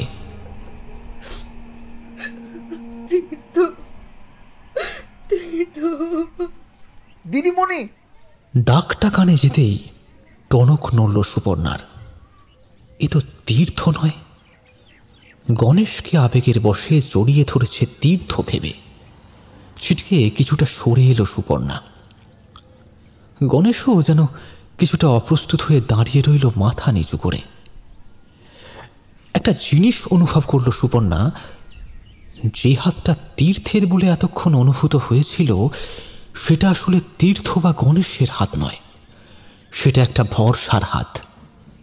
যে সাহসটা বাবার আচরণে নড়ে গিয়েছিল সেটা যেন থিতু হলো আবারও। দৃঢ় গলায় গণেশকে বলল, গণেশ, এক্ষুনি জনা পাঁচেক লোক জড়ো করে আনো তো, সময় নেই, ঝটপট।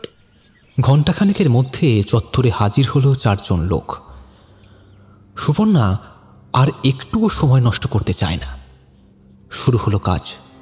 ঘর সাফাই হলো, চুনকাম হলো, বেড ডাক্তারের সরঞ্জাম এলো। বৌরানীর মহলের ভোল পুরোপুরি পাল্টে গেল। কখন যে দিন হলো কখন রাত তার যেন হিসেবে ভুলে গেল সুপর্ণা। এই কদিন কোনো মহিলা রাতে কাঁদল কিনা, জলসাঘরে ঝাড়বাতিটা জ্বলল কিনা, কোনো সারেঙ্গি বাজল কিনা, কিছুই খেয়াল রইল না সুপর্ণার। সে যেন সময়ের আগে ছুটতে চাইল। রবিবার দুপুর নাগাদ কাজটা শেষ হলো। নিচের তলাটায় 6টা বেডের একটা হাসপাতালের রূপ দিতে পেরেছে সে। একটু থিতু হয়ে বসল। কাল সোমবার, একবার ব্যাংকে যাবে। মাঝে একদিন সময় করে গিয়ে অ্যাকাউন্ট খুলে এসছে সে। টাকা ট্রান্সফারের আবেদনও করেছে। আশা করছে এতদিনে অ্যাকাউন্টে টাকাটা ট্রান্সফার হয়ে গেছে, সব পেমেন্ট দিতে হবে এবার। একটা স্বস্তির নিঃশ্বাস ফেলল সুপর্ণা। পেরেছে, তীর্থের স্বপ্ন পূরণ করতে পেরেছে সে। পেরেছে বহু শতক পুরনো আগের এক বৌরানীর ইচ্ছা পূরণ করতে। হাত পা ছড়িয়ে বিছানায় বসল সুপর্ণা।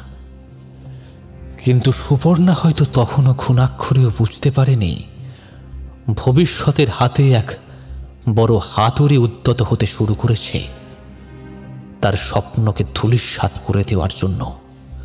ব্যাংকে টাকাটা তুলতে গিয়ে মাথায় বাজ পড়ল সুপর্ণার। না, কোনো টাকাই ট্রান্সফার হয়নি। কারণ যেটুকু জানল, তার যে পুরনো অ্যাকাউন্ট থেকে টাকাটা ট্রান্সফার হওয়ার কথা, সেখানে কোনো সাফিসিয়েন্ট ব্যালেন্সই নেই। অ্যাকাউন্টটা তার সাথে তার বাবার জয়েন্ট অ্যাকাউন্ট। বাবা চ্যালেঞ্জটা সত্যি দিয়ে গেছে তাকে।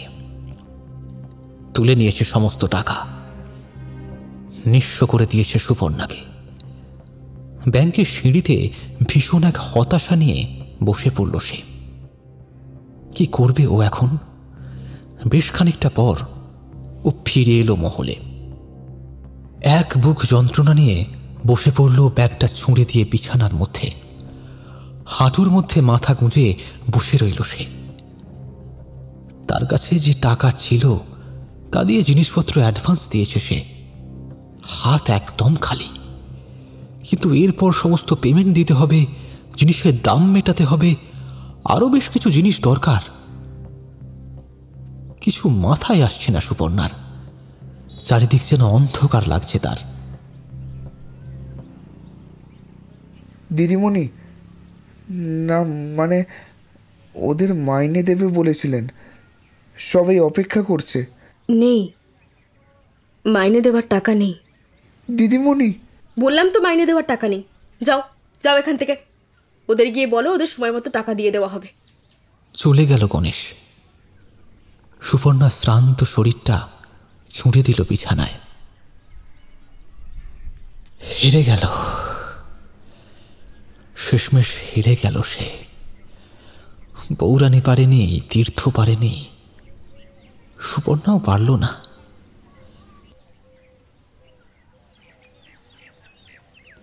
কতক্ষণ এইভাবে শুয়েছিল সুপর্ণা ঠিক খেয়াল নেই। পায়ের শব্দে চোখ মেলে তাকালো সে। দেখল গণেশ কাচুমাচু মুখে এসে দাঁড়িয়েছে। উঠে বসল সুপর্ণা। কিছুটা উদাসীন ভঙ্গিতে বলল, কি হলো, আবার এলে কেন? মানে দিদিমণি, একটা কথা বলতাম। আবার কি কথা? বললাম তো 2 দিন সময় দাও, সব টাকা আমি দিয়ে দেব। কি হলো, দাঁড়িয়ে রইলে যে? না মানে দেখুন তো, এটা বিক্রি করে আপনার টাকাটা জোগাড় হবে কিনা। সুপর্ণা তাকালো। গণেশের হাতে রূপোর একটা চেন, ডগায় রূপো দিয়ে বাঁধানো একটা রুদ্রাক্ষ ঝুলছে। রূপোর চেনটা কালচে হয়ে গেছে। সুপর্ণা স্থির এক দৃষ্টি ফেলল গণেশের মুখে। একটা মানুষ এতটাও সরল হয়? এটা কোথায় পেলে? এটা আমার মায়ের দিদিমণি। মা তো দেওয়াল চাপা পড়ে মরে গেল। শ্মশানে নিয়ে যাওয়ার সময় সবাই বলল, গণেশ ওটা তুই রেখে দে। আমিও রেখে দিলাম। এটাতে হবে না দিদিমণি? হ্যাঁ, অবশ্যই হবে। তবে এখন এটা তোমার কাছেই থাক, দরকার হলে চেয়ে নেব। তুমি এখন যাও, আর কাল একবার এসো। হ্যাঁ। চলে গেল গণেশ। সুপর্ণার মনে হলো সে বেশি দূরে যাবে না, এই চারিপাশেই কোথাও থাকবে। কিন্তু কেন এমন মনে হলো কে জানে। সুপর্ণা আরও একটুক্ষণ বসে রইল, তারপর বের হলো বাইরে। বিকেলের আলো মরতে শুরু করেছে। সে কিছুটা উদ্ভ্রান্তের মতোই হেঁটে গেল বৌরানীর মহলটার দিকে। ঢুকল ঘরের ভেতরে। মেঝেতে সদ্য কেনা বেডগুলো পাতা। হাত বোলালো শূন্য বিছানায়। তারপর ধপাস করে বসে পড়ল সে। ডুকরে বের হয়ে এলো চেপে রাখা হতাশাটা। পারলাম না তীর্থ, পারলাম না রে। আমি পারলাম না সম্পূর্ণ করতে, পারলাম না। এক অখণ্ড নীরবতা। নিস্তব্ধতা যেন জমাট বীজের মতো আটকে গেছে সেখানে। হঠাৎই সুবর্ণার কানে এলো একটা নুপুরের শব্দ। চমকে তাকালো সে, মনে হলো কেউ যেন বাইরের বারান্দায় হেঁটে বেড়াচ্ছে। এই সময় এখানে আবার কি এলো? বাইরে বের হয়ে এলো সে। ঠিক দেখলো তার অনুমানই সত্যি, একটা 20-22 বছরের মহিলা হেঁটে যাচ্ছে বারান্দা ধরে। সুবর্ণা ডাক দিল, কে তুমি? মেয়েটি থামল, কিন্তু কোনো উত্তর দিল না। না ঘুরেই সে হাতের ইশারায় ডাকল সুবর্ণাকে। সুবর্ণা এগিয়ে গেল। মেয়েটি বারান্দা ধরে আরো কিছুটা এগিয়ে মহলের পেছন দিকের একটা জরাজীর্ণ দরজায় ঠেলা দিল। বিচ্ছিরি একটা আওয়াজ করে দরজাটা খুলে গেল। পেছনে সুদীর্ঘ জঙ্গল। সেই পথে পা বাড়ালো মেয়েটা। সুবর্ণা কিছুটা আশ্চর্য হয়ে জিজ্ঞাসা করল, কে তুমি? এই পথে কোথায় যাচ্ছ? মেয়েটা একইভাবে কোনো উত্তর না দিয়ে হাতের ইশারায় এগিয়ে যেতে বলল তাকে। বেশ কিছুটা যাওয়ার পর থামল মেয়েটা, থামল সুবর্ণা। মেয়েটা ঘুরল, আর মেয়েটার দিকে দৃষ্টি পড়তেই সুবর্ণার সারা শরীর এক মুহূর্তের জন্য অবশ হয়ে গেল। গলা থেকে আপনা হতেই বের হয়ে এলো, কি তুমি? হ্যাঁ, আমি তোমাদের সেই নষ্ট চরিত্রের বউরানী, এই জমিদার মহলের বউরানী। এই দেখো সেই ঘর, সেই অভিশপ্ত ঘর, যে ঘর তছনছ করে দিয়েছে অনেক কিছুই।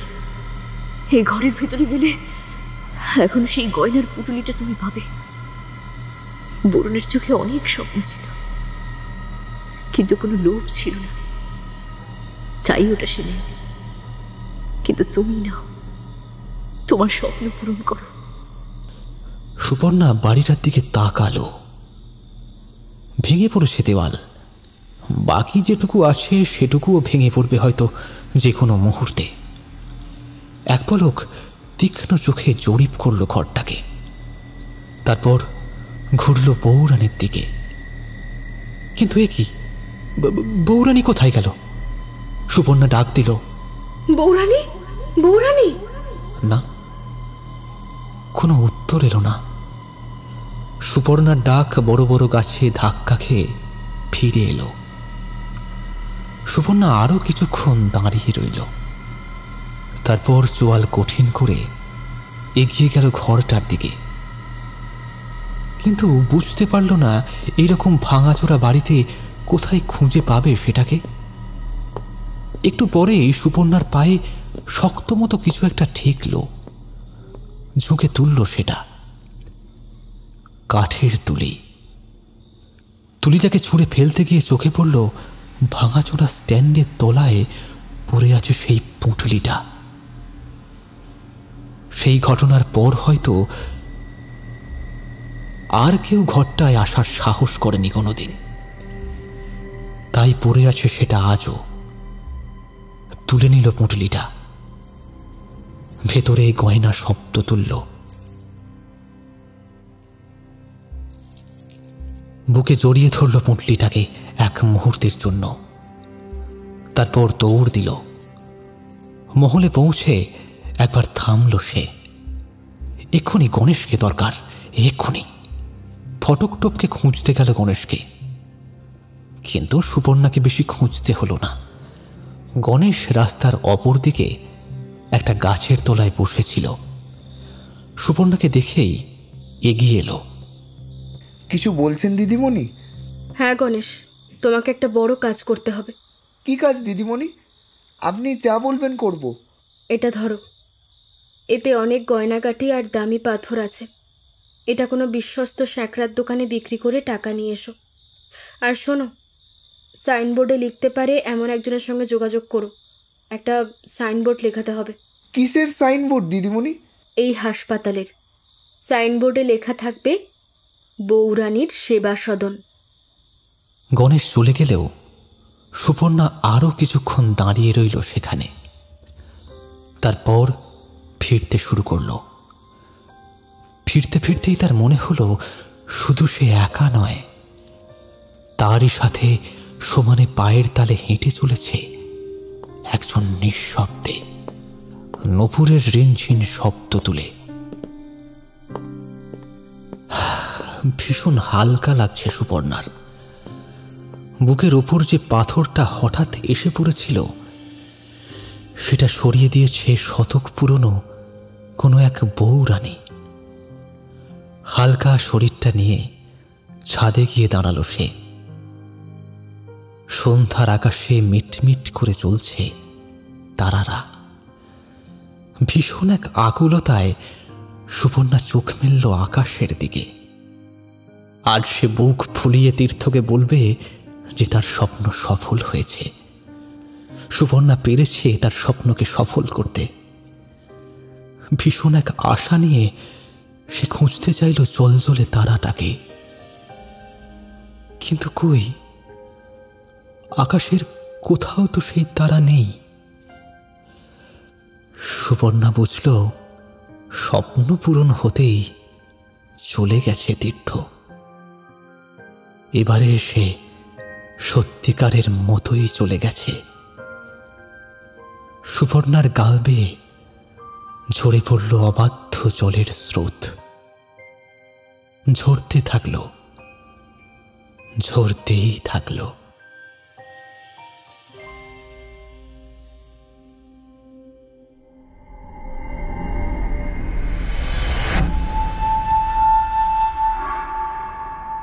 শেষ হলো আমাদের আজকের গল্প বউরানী। গল্পটি ভালো লাগলে অনুরোধ করব চ্যানেলটি সাবস্ক্রাইব করে আমাদের সাথে থাকার জন্য। কেমন লাগলো আমাদের আজকের গল্প? আপনার সুচিন্তিত মতামত ও পরামর্শ জানান কমেন্ট বক্সে। পরবর্তী গল্পের আপডেট পেতে আমাদের ফলো করুন ফেসবুক ও ইনস্টাগ্রামে। আজ আসি, আবার দেখা হবে। ভয় থাকুক গল্পেই, চিত্ত হোক ভয় শূন্য।